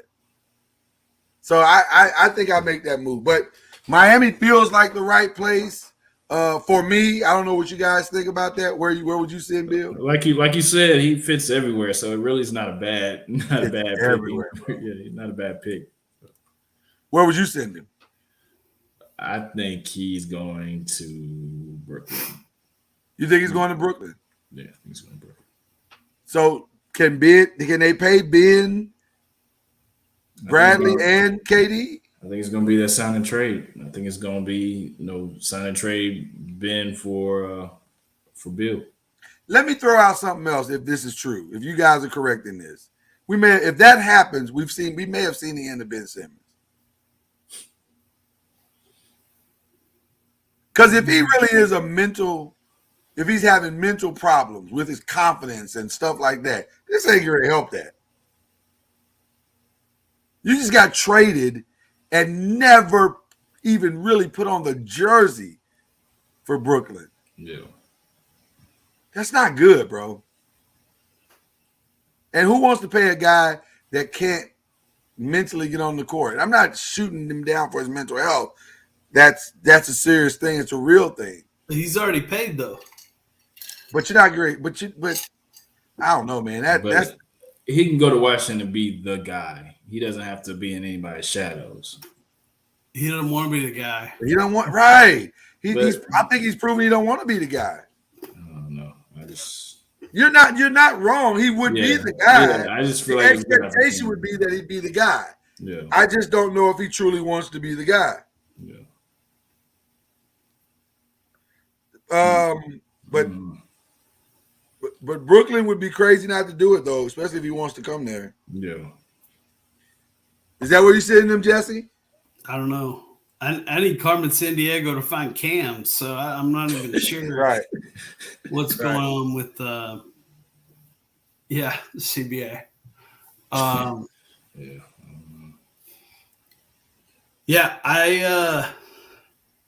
don't know. He could re-sign there for the max deal for all I know. You know what I mean? Like, And he's a loyalist, so he might. But he's confused me more than Giannis has. So I'll pick he stays in Washington. okay. Listen, he is for sure a loyalist, but 10 years is a long time to stay in a situation, and you're not going to win there. But but if you're already happy and your kids are in school and the 250 million is the same in DC as it is in LA, like Listen, Yeah. if you have okay, seen one of the greatest quotes I ever heard, and I know this to be true, somebody said to me, "Hey man, what's the difference between Joe Johnson and Kobe Bryant?" And I said, at the time when the person made this statement, I said, there's not much difference. They're both supremely talented. The difference is Kobe's work ethic is stronger than Joe Johnson's. And it was. And it ultimately proved that to be true. But the one thing about money-wise, that they made similar money. But Joe wasn't chasing a ring. Joe wasn't chasing all-time greatness. Joe got his bags, and Joe's good. Yeah. Bradley Beal may be Joe Johnson. He may be the modern Joe Johnson, where he's like, I'm going to put up these 35 points a game, and I'm good at that point. Which it's not bad. It's not bad. It's not a bad listen. It's not a bad life. no, and it's different going from a number one to a number two, right? Yeah. Like, that's another thing he'd have to say, like, I'm okay doing this is I'm going to go be on someone else's team when he's been the guy. Yeah. So, I mean, listen, if you gave me the option between $250 million and a happy wife and $250 million and an upset wife, and the only thing that mattered was like my kids not getting disrupted in school, like I'm taking the not upset wife, and you know what I mean? Yeah. It's hard not to choose that. If you've been married longer than an hour and a half, you realize that if you got a happy situation with your wife, that's probably a good situation. There he is, Cam is back. You want peace. We're discussing your favorite subject, Bradley Beal. Can you hear us? I hear you now. Okay, good. I sent him to Miami. I sent him to Miami. I think that's the perfect fit for him. I said Brooklyn. He's been sent to Brooklyn by Chad. Jesse said, nah, he may just stick it out where he is. What say you?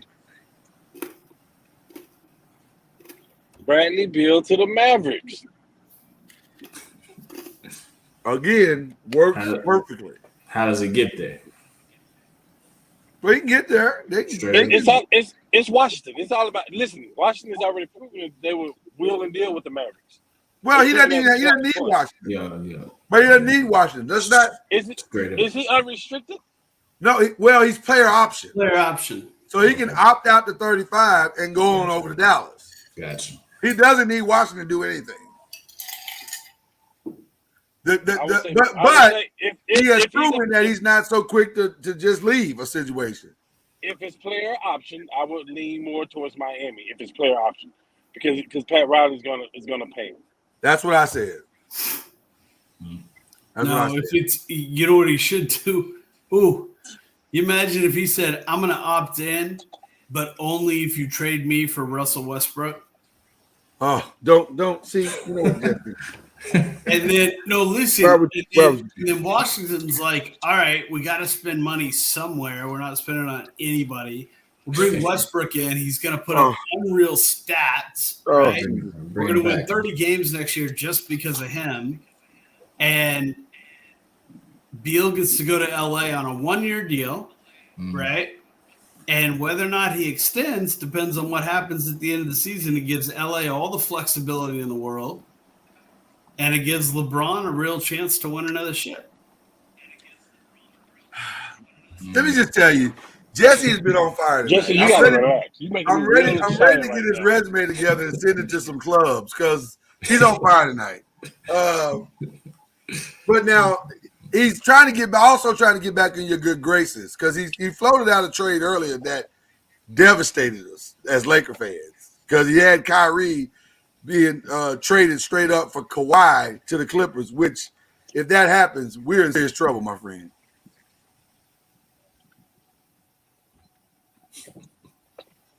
I like the Bradley Beal trade far better than I like the Kyrie trade. That's tough. Yeah. I like that, Jesse. I really do. If he would do it. The one thing that gives Russell an advantage, and maybe the Lakers an advantage a little bit, is that it's a 1-year deal.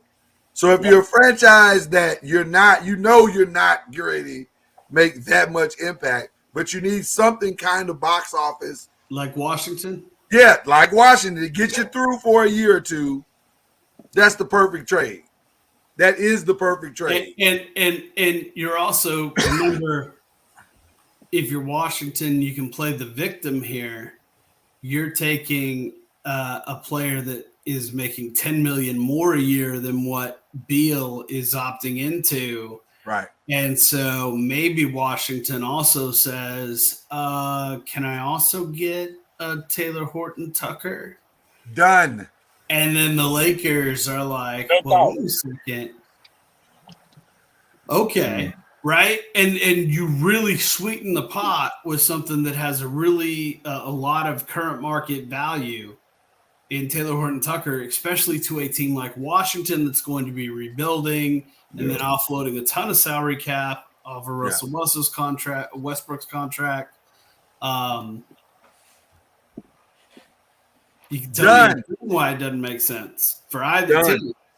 But yeah, that would be why. But again, nothing gets triggered until Bradley Beal says to his wife, "Baby, what do you think about leaving?" And she says, "I'm okay with it."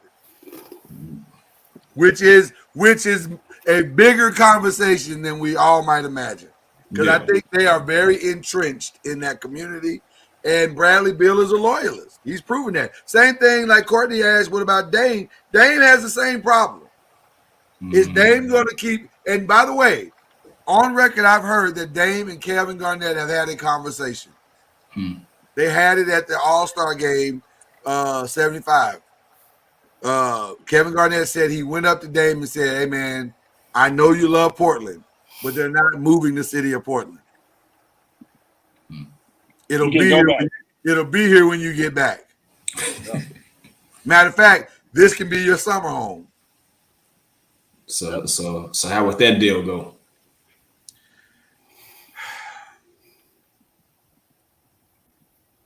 You text Seth going back to Portland?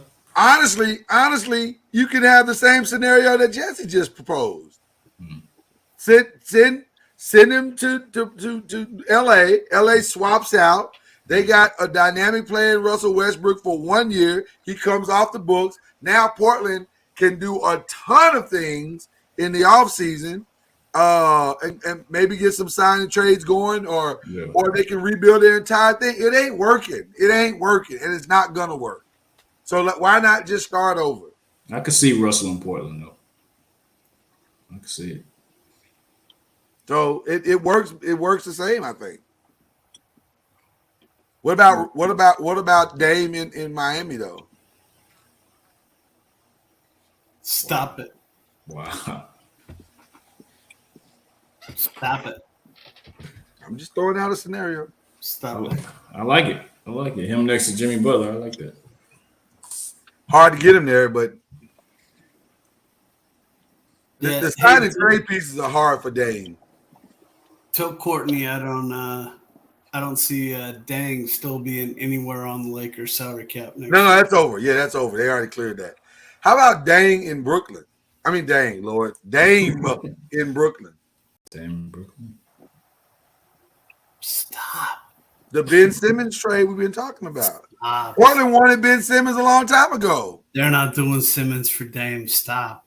They wanted him a long time ago. Wow. It's got to be some other pieces in Brooklyn draft picks. is absolutely in a perfect position. They are in a perfect. Kyrie is the only weak spot. They've got draft assets. They've got young players on the bench. They're in great They've spot. got shooting. They've got interior presence, right? Seth Curry and Andre Drummond were massive. Those 2 first-round picks were massive. If Ben Simmons just comes back and plays defense and passes the ball with 10 points a game, They're at least Brooklyn's the competitive. favorite to win the NBA title for the next 5 years.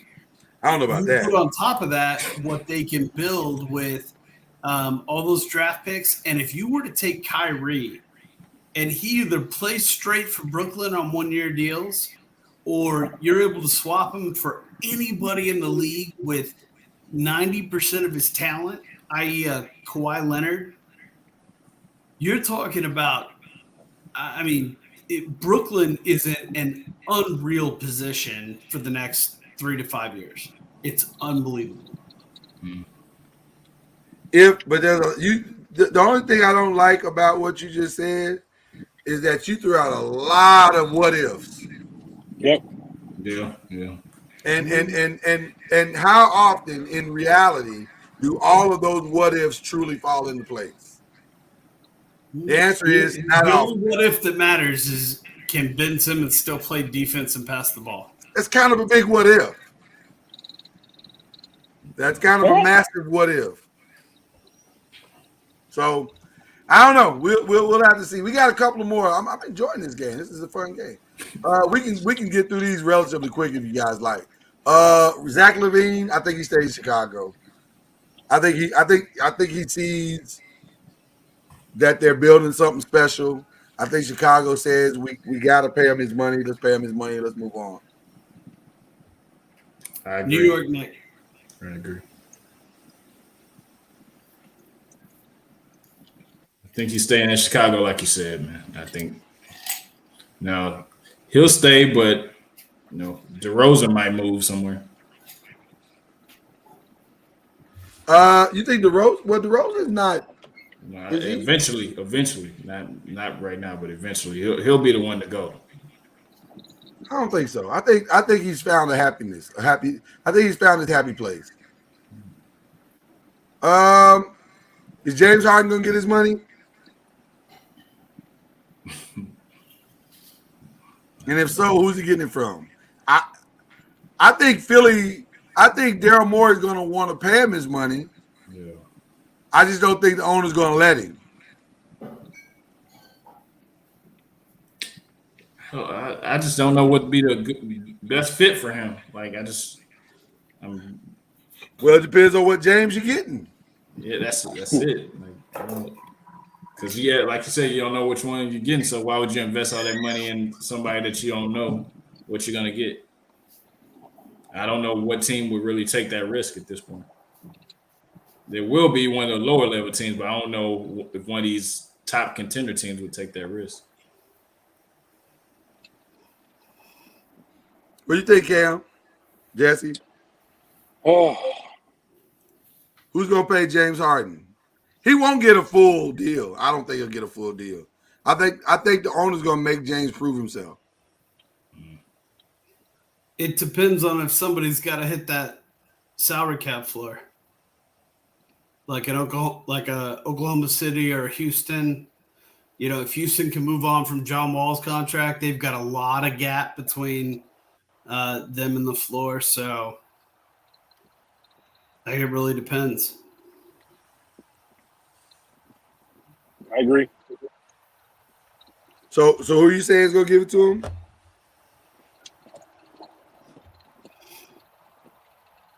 So Houston, he's coming back home to Houston, Oklahoma. Oklahoma. Mm-hmm. I don't know. Oklahoma's got a lot of everything. Yep. They do. Why would they do that though?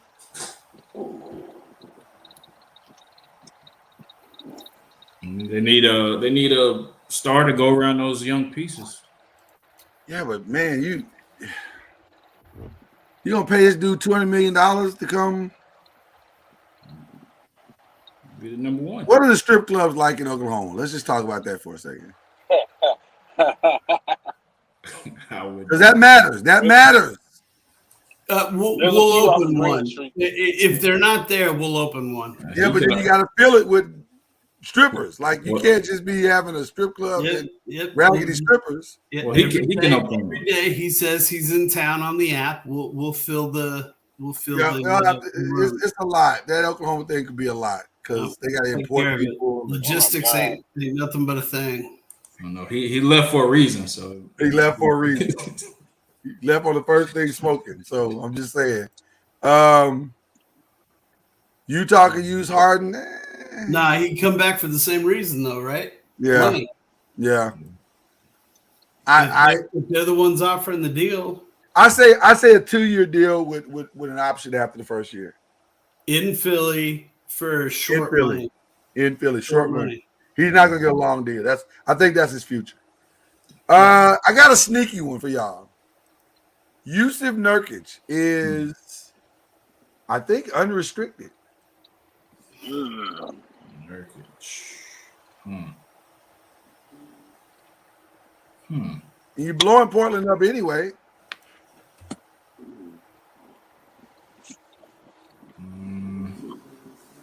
If that might be a quiet, we can get better with that piece for somebody. Yeah, but will he come off the bench and take bench money? Depends on who it is. Does it? I mean, there's 8 teams that have a shot next year. So, like any of those 8 teams, would he come off the bench? Would he come off the bench in Brooklyn? Nurkic. In Phoenix? Would he come off the bench in? I mean, I love him in Dallas. I was just thinking about that. I think Dallas could use him. Yeah. Would he come off in Brooklyn? Not at that. You don't want him to come off at that price because he's going to probably get $14-15 million. well, that's what I'm saying. That maybe he can't be on one of those top 8 teams because they don't have that kind of salary cap flex. You know what I'm saying?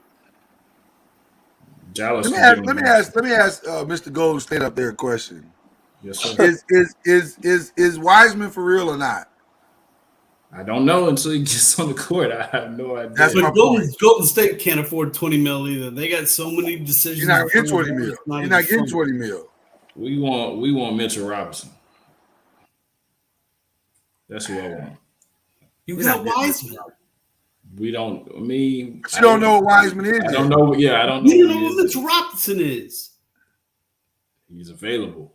He is available. He's available. Yes, he is available. That is, He's on we the have court. discussed that here on this show today. He is available. He is available, and he doesn't have to do too much.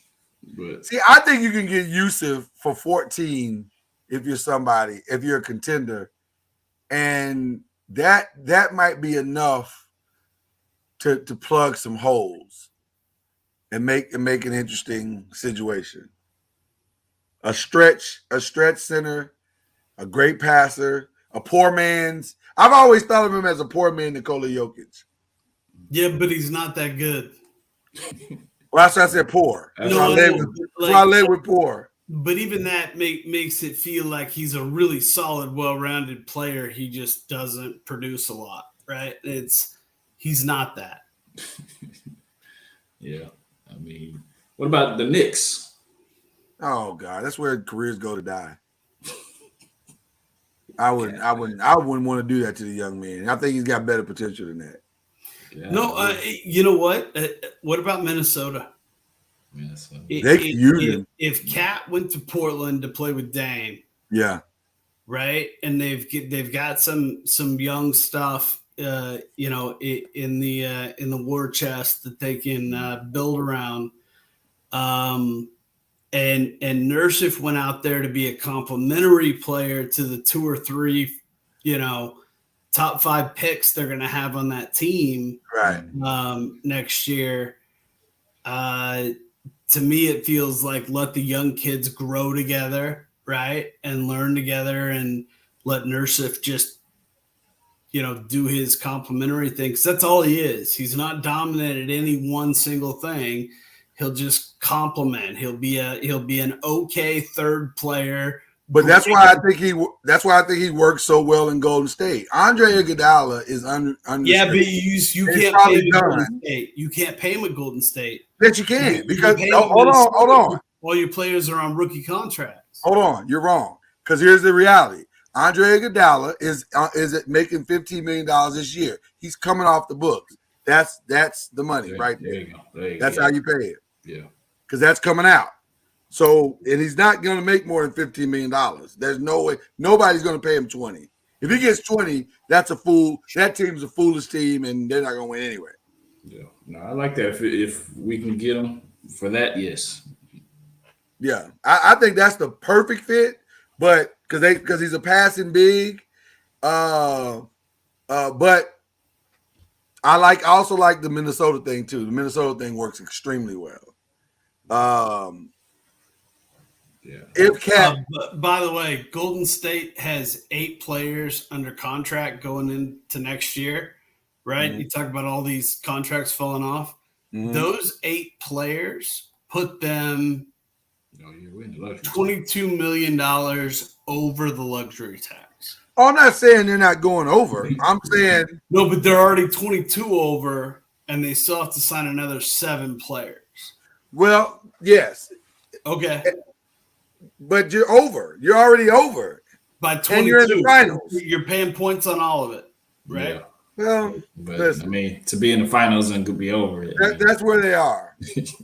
Because they're already top heavy, so that's where they are. Okay. And you got a window with this trio that every year closes just a little bit more. So Okay.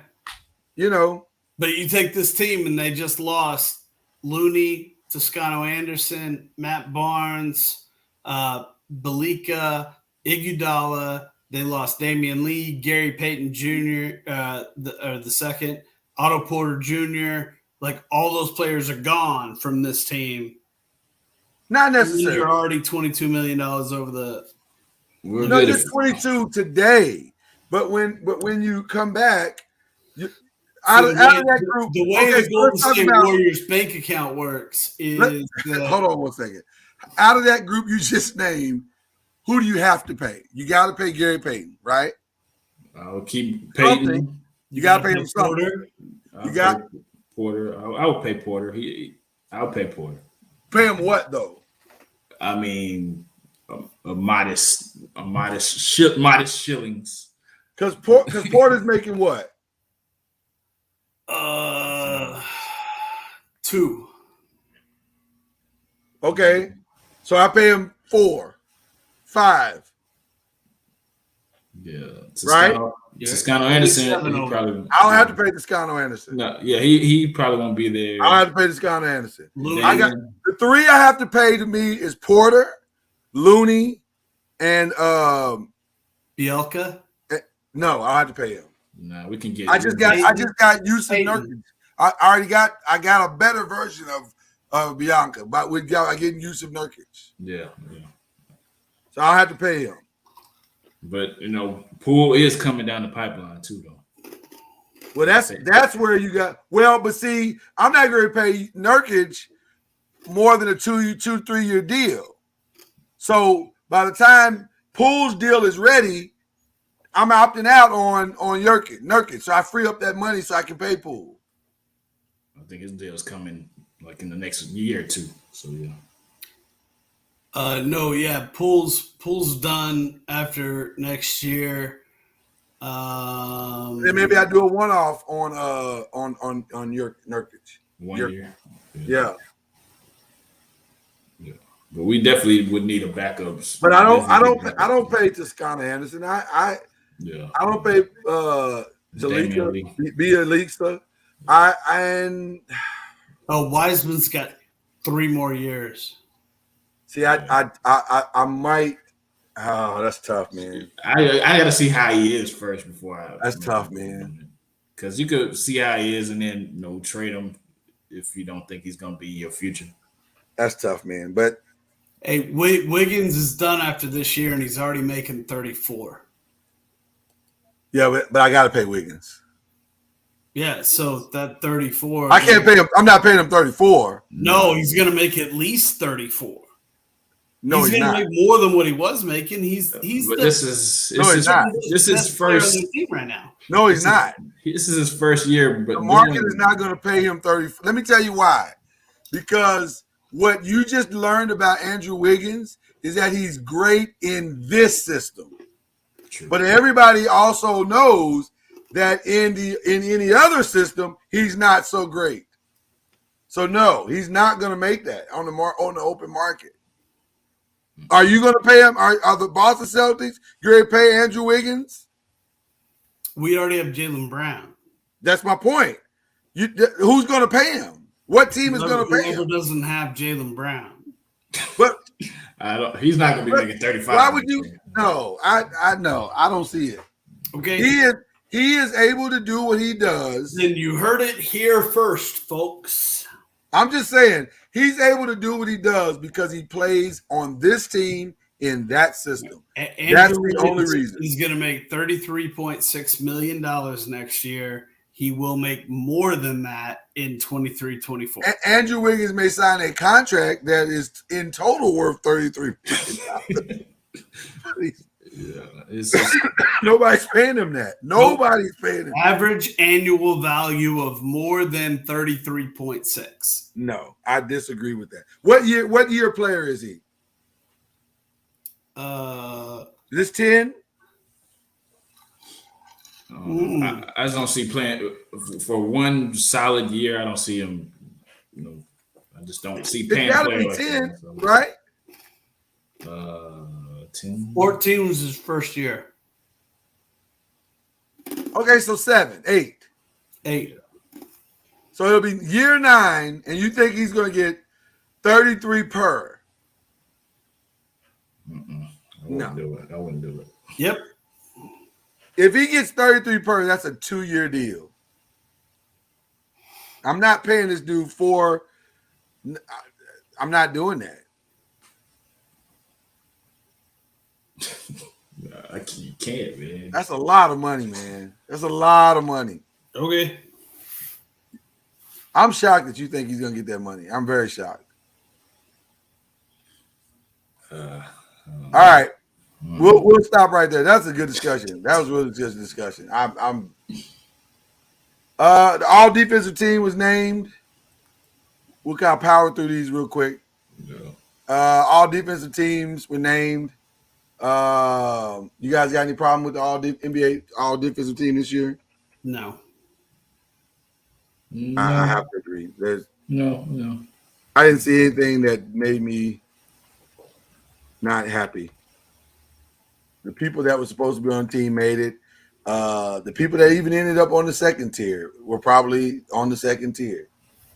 I don't see any problem with it. Yeah, I don't see any problems with anything. We for once we agree with the NBA. Okay. Yeah. And then question 5, an easy one for everybody. Early thoughts on your squad, NFL wise. Are you happy with what they're doing so far? Well, we got $10 million worth of cap space because of Get in character here. because of Lyle Collins, cut. So we gained at least $10 million worth of cap space. So hopefully after today there'll be more movement in free agency because everybody's got more cap space now. So hopefully we'll be able to do some things. Well, we already freed up our cap space when we let James Bradbury go. So we're in a good spot. I'm gonna be honest with you. Joe Shane has impressed me. He has impressed me. He is done what we needed him to do. So I understand your yawn. That's fine. I'm not. Your yawn. Your yawn moves me not. Do you think you have more moves coming? Probably. It's going to be interesting to see what they do. But I'm totally okay with what we've done, and that's the exciting part. We haven't done anything that made me go, I don't like that.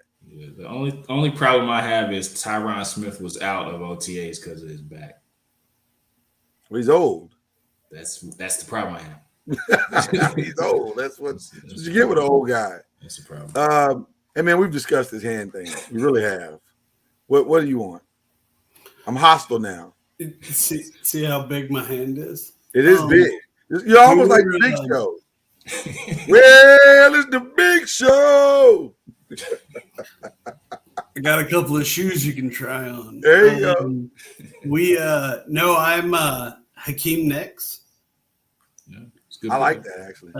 Yeah, That's a big move. For Tampa Bay. That's a big move. I mean, I think he's probably higher ceiling than Sue, Yeah. right? Rich keep getting richer. Maybe less of a, maybe a lower floor because of injuries, Right. but a higher ceiling than Sue. So that's interesting. And, I mean, Tampa Bay is what, a tight end away from a Super Bowl? Possibly. A young tight end, though.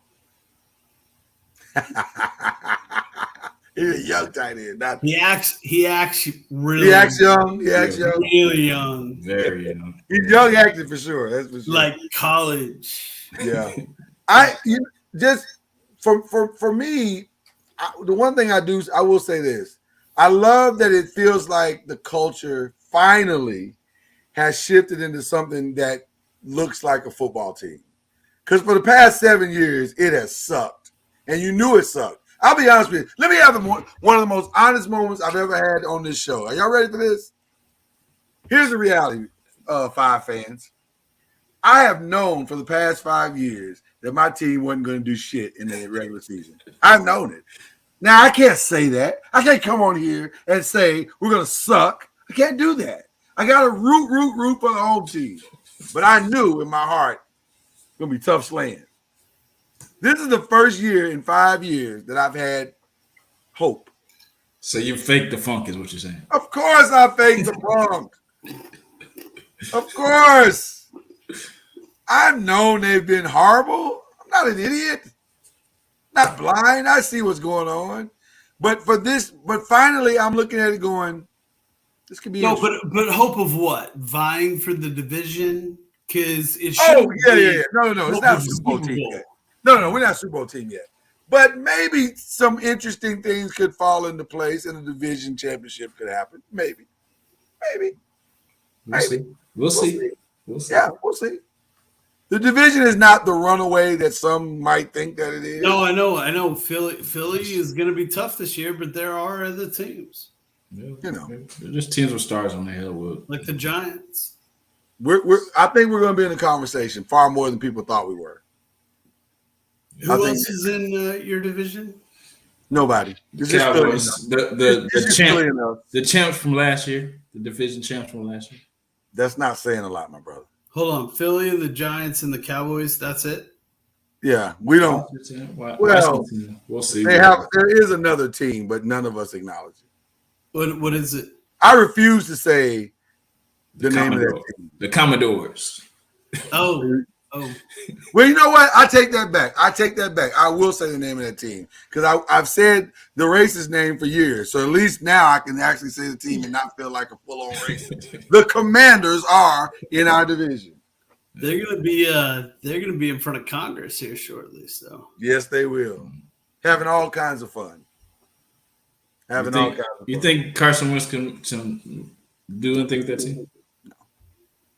No. Me neither. Not at all. Me neither. Not at all. He had a great offensive line last year. He's going to a worse offensive line this year. No. Who's the best quarterback in the division? It's probably Dak, but that ain't saying a lot. Just asking a question. I don't think offense is going to win the division this year. It'll be interesting to answer that question after this year. Yeah. Listen, Jalen Hurts, this is a make or break year, sir. And I know we're gonna have NFL previews later, but Jalen Hurts, this is a make or break year, sir. I'm announcing this to you early so you don't get it confused. While you're at OTA, sir, learn all you can. You need to be taking your receivers on vacations. Y'all need to live in the same house like the real world. Because if you don't perform this year, it's a wrap. Yeah. It is a wrap. Big year. And they've added some weapons. I mean, there are no excuses. None. Right. Oh, nobody's open. No, somebody's open. Same with Tua. Yeah. Nobody's open. No, somebody's open. Yeah. No, Somebody's wide open. You missed it. 16, and he's always open. He's always open.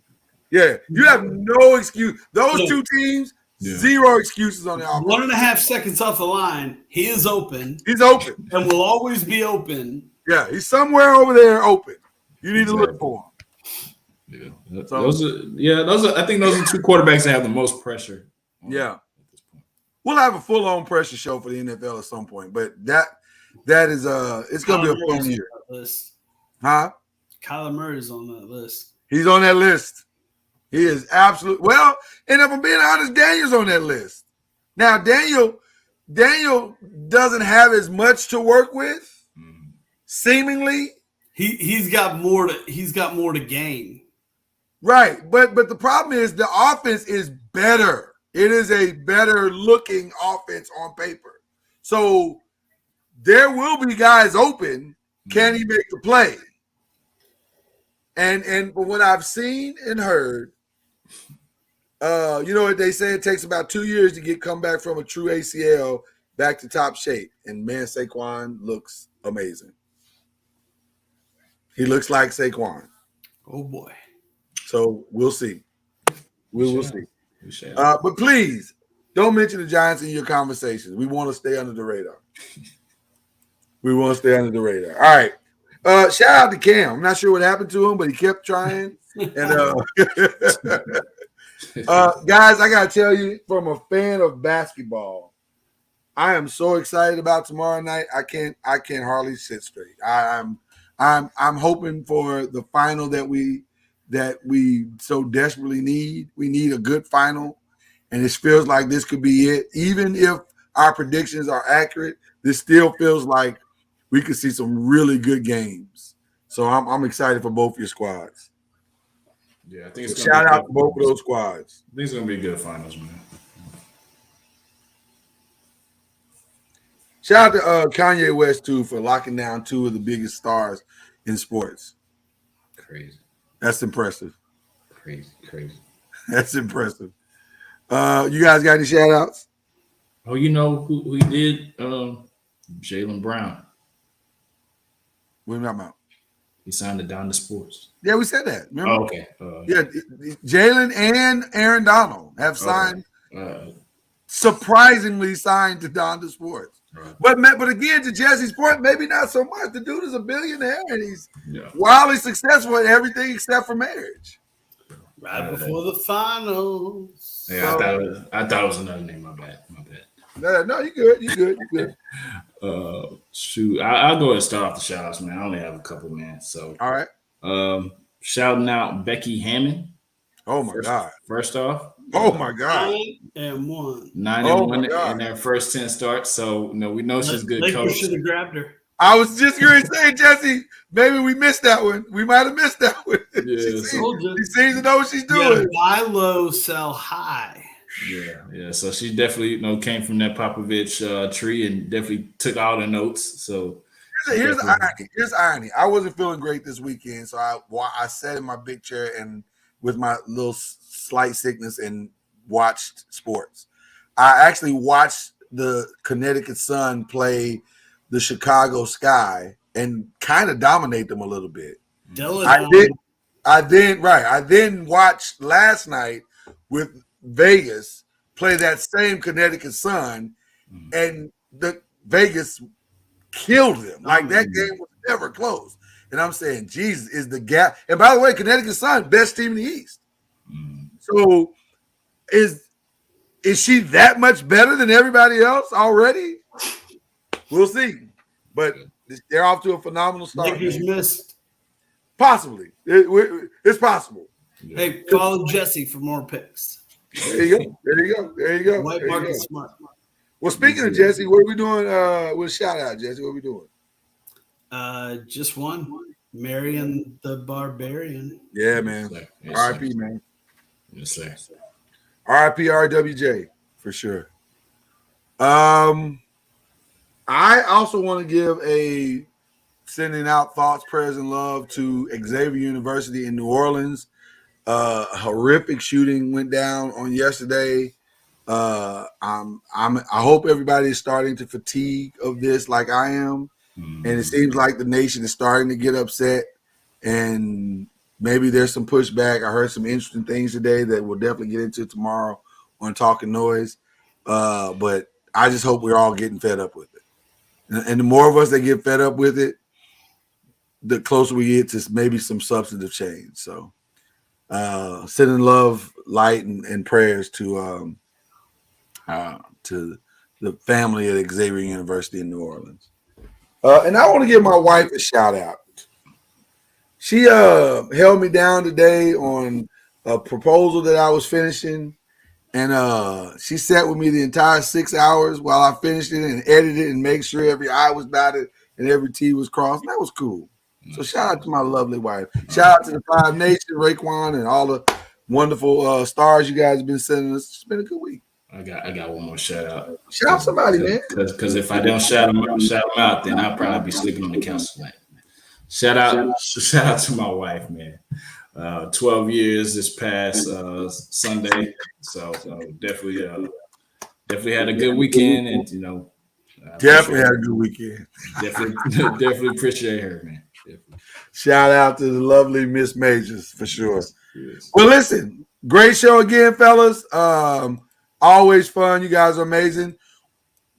Five Nation, we have a very special surprise for you next week.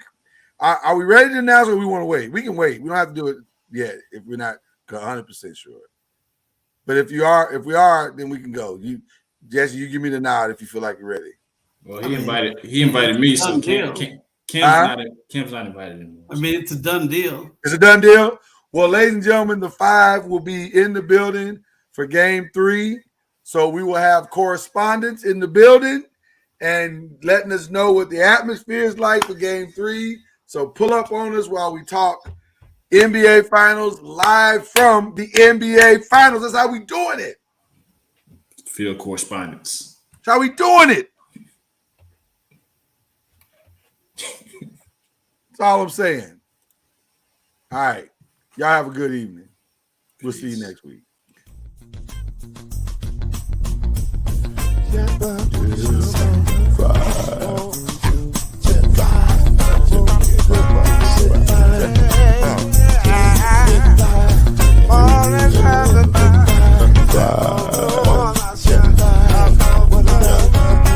Five will get you 10 when you're plugging in with the five.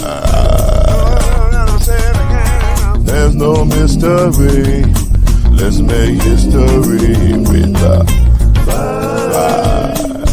Oh, the song is 2 and 3. Add one more plus me and do the five. Yeah. Keep it on the floor.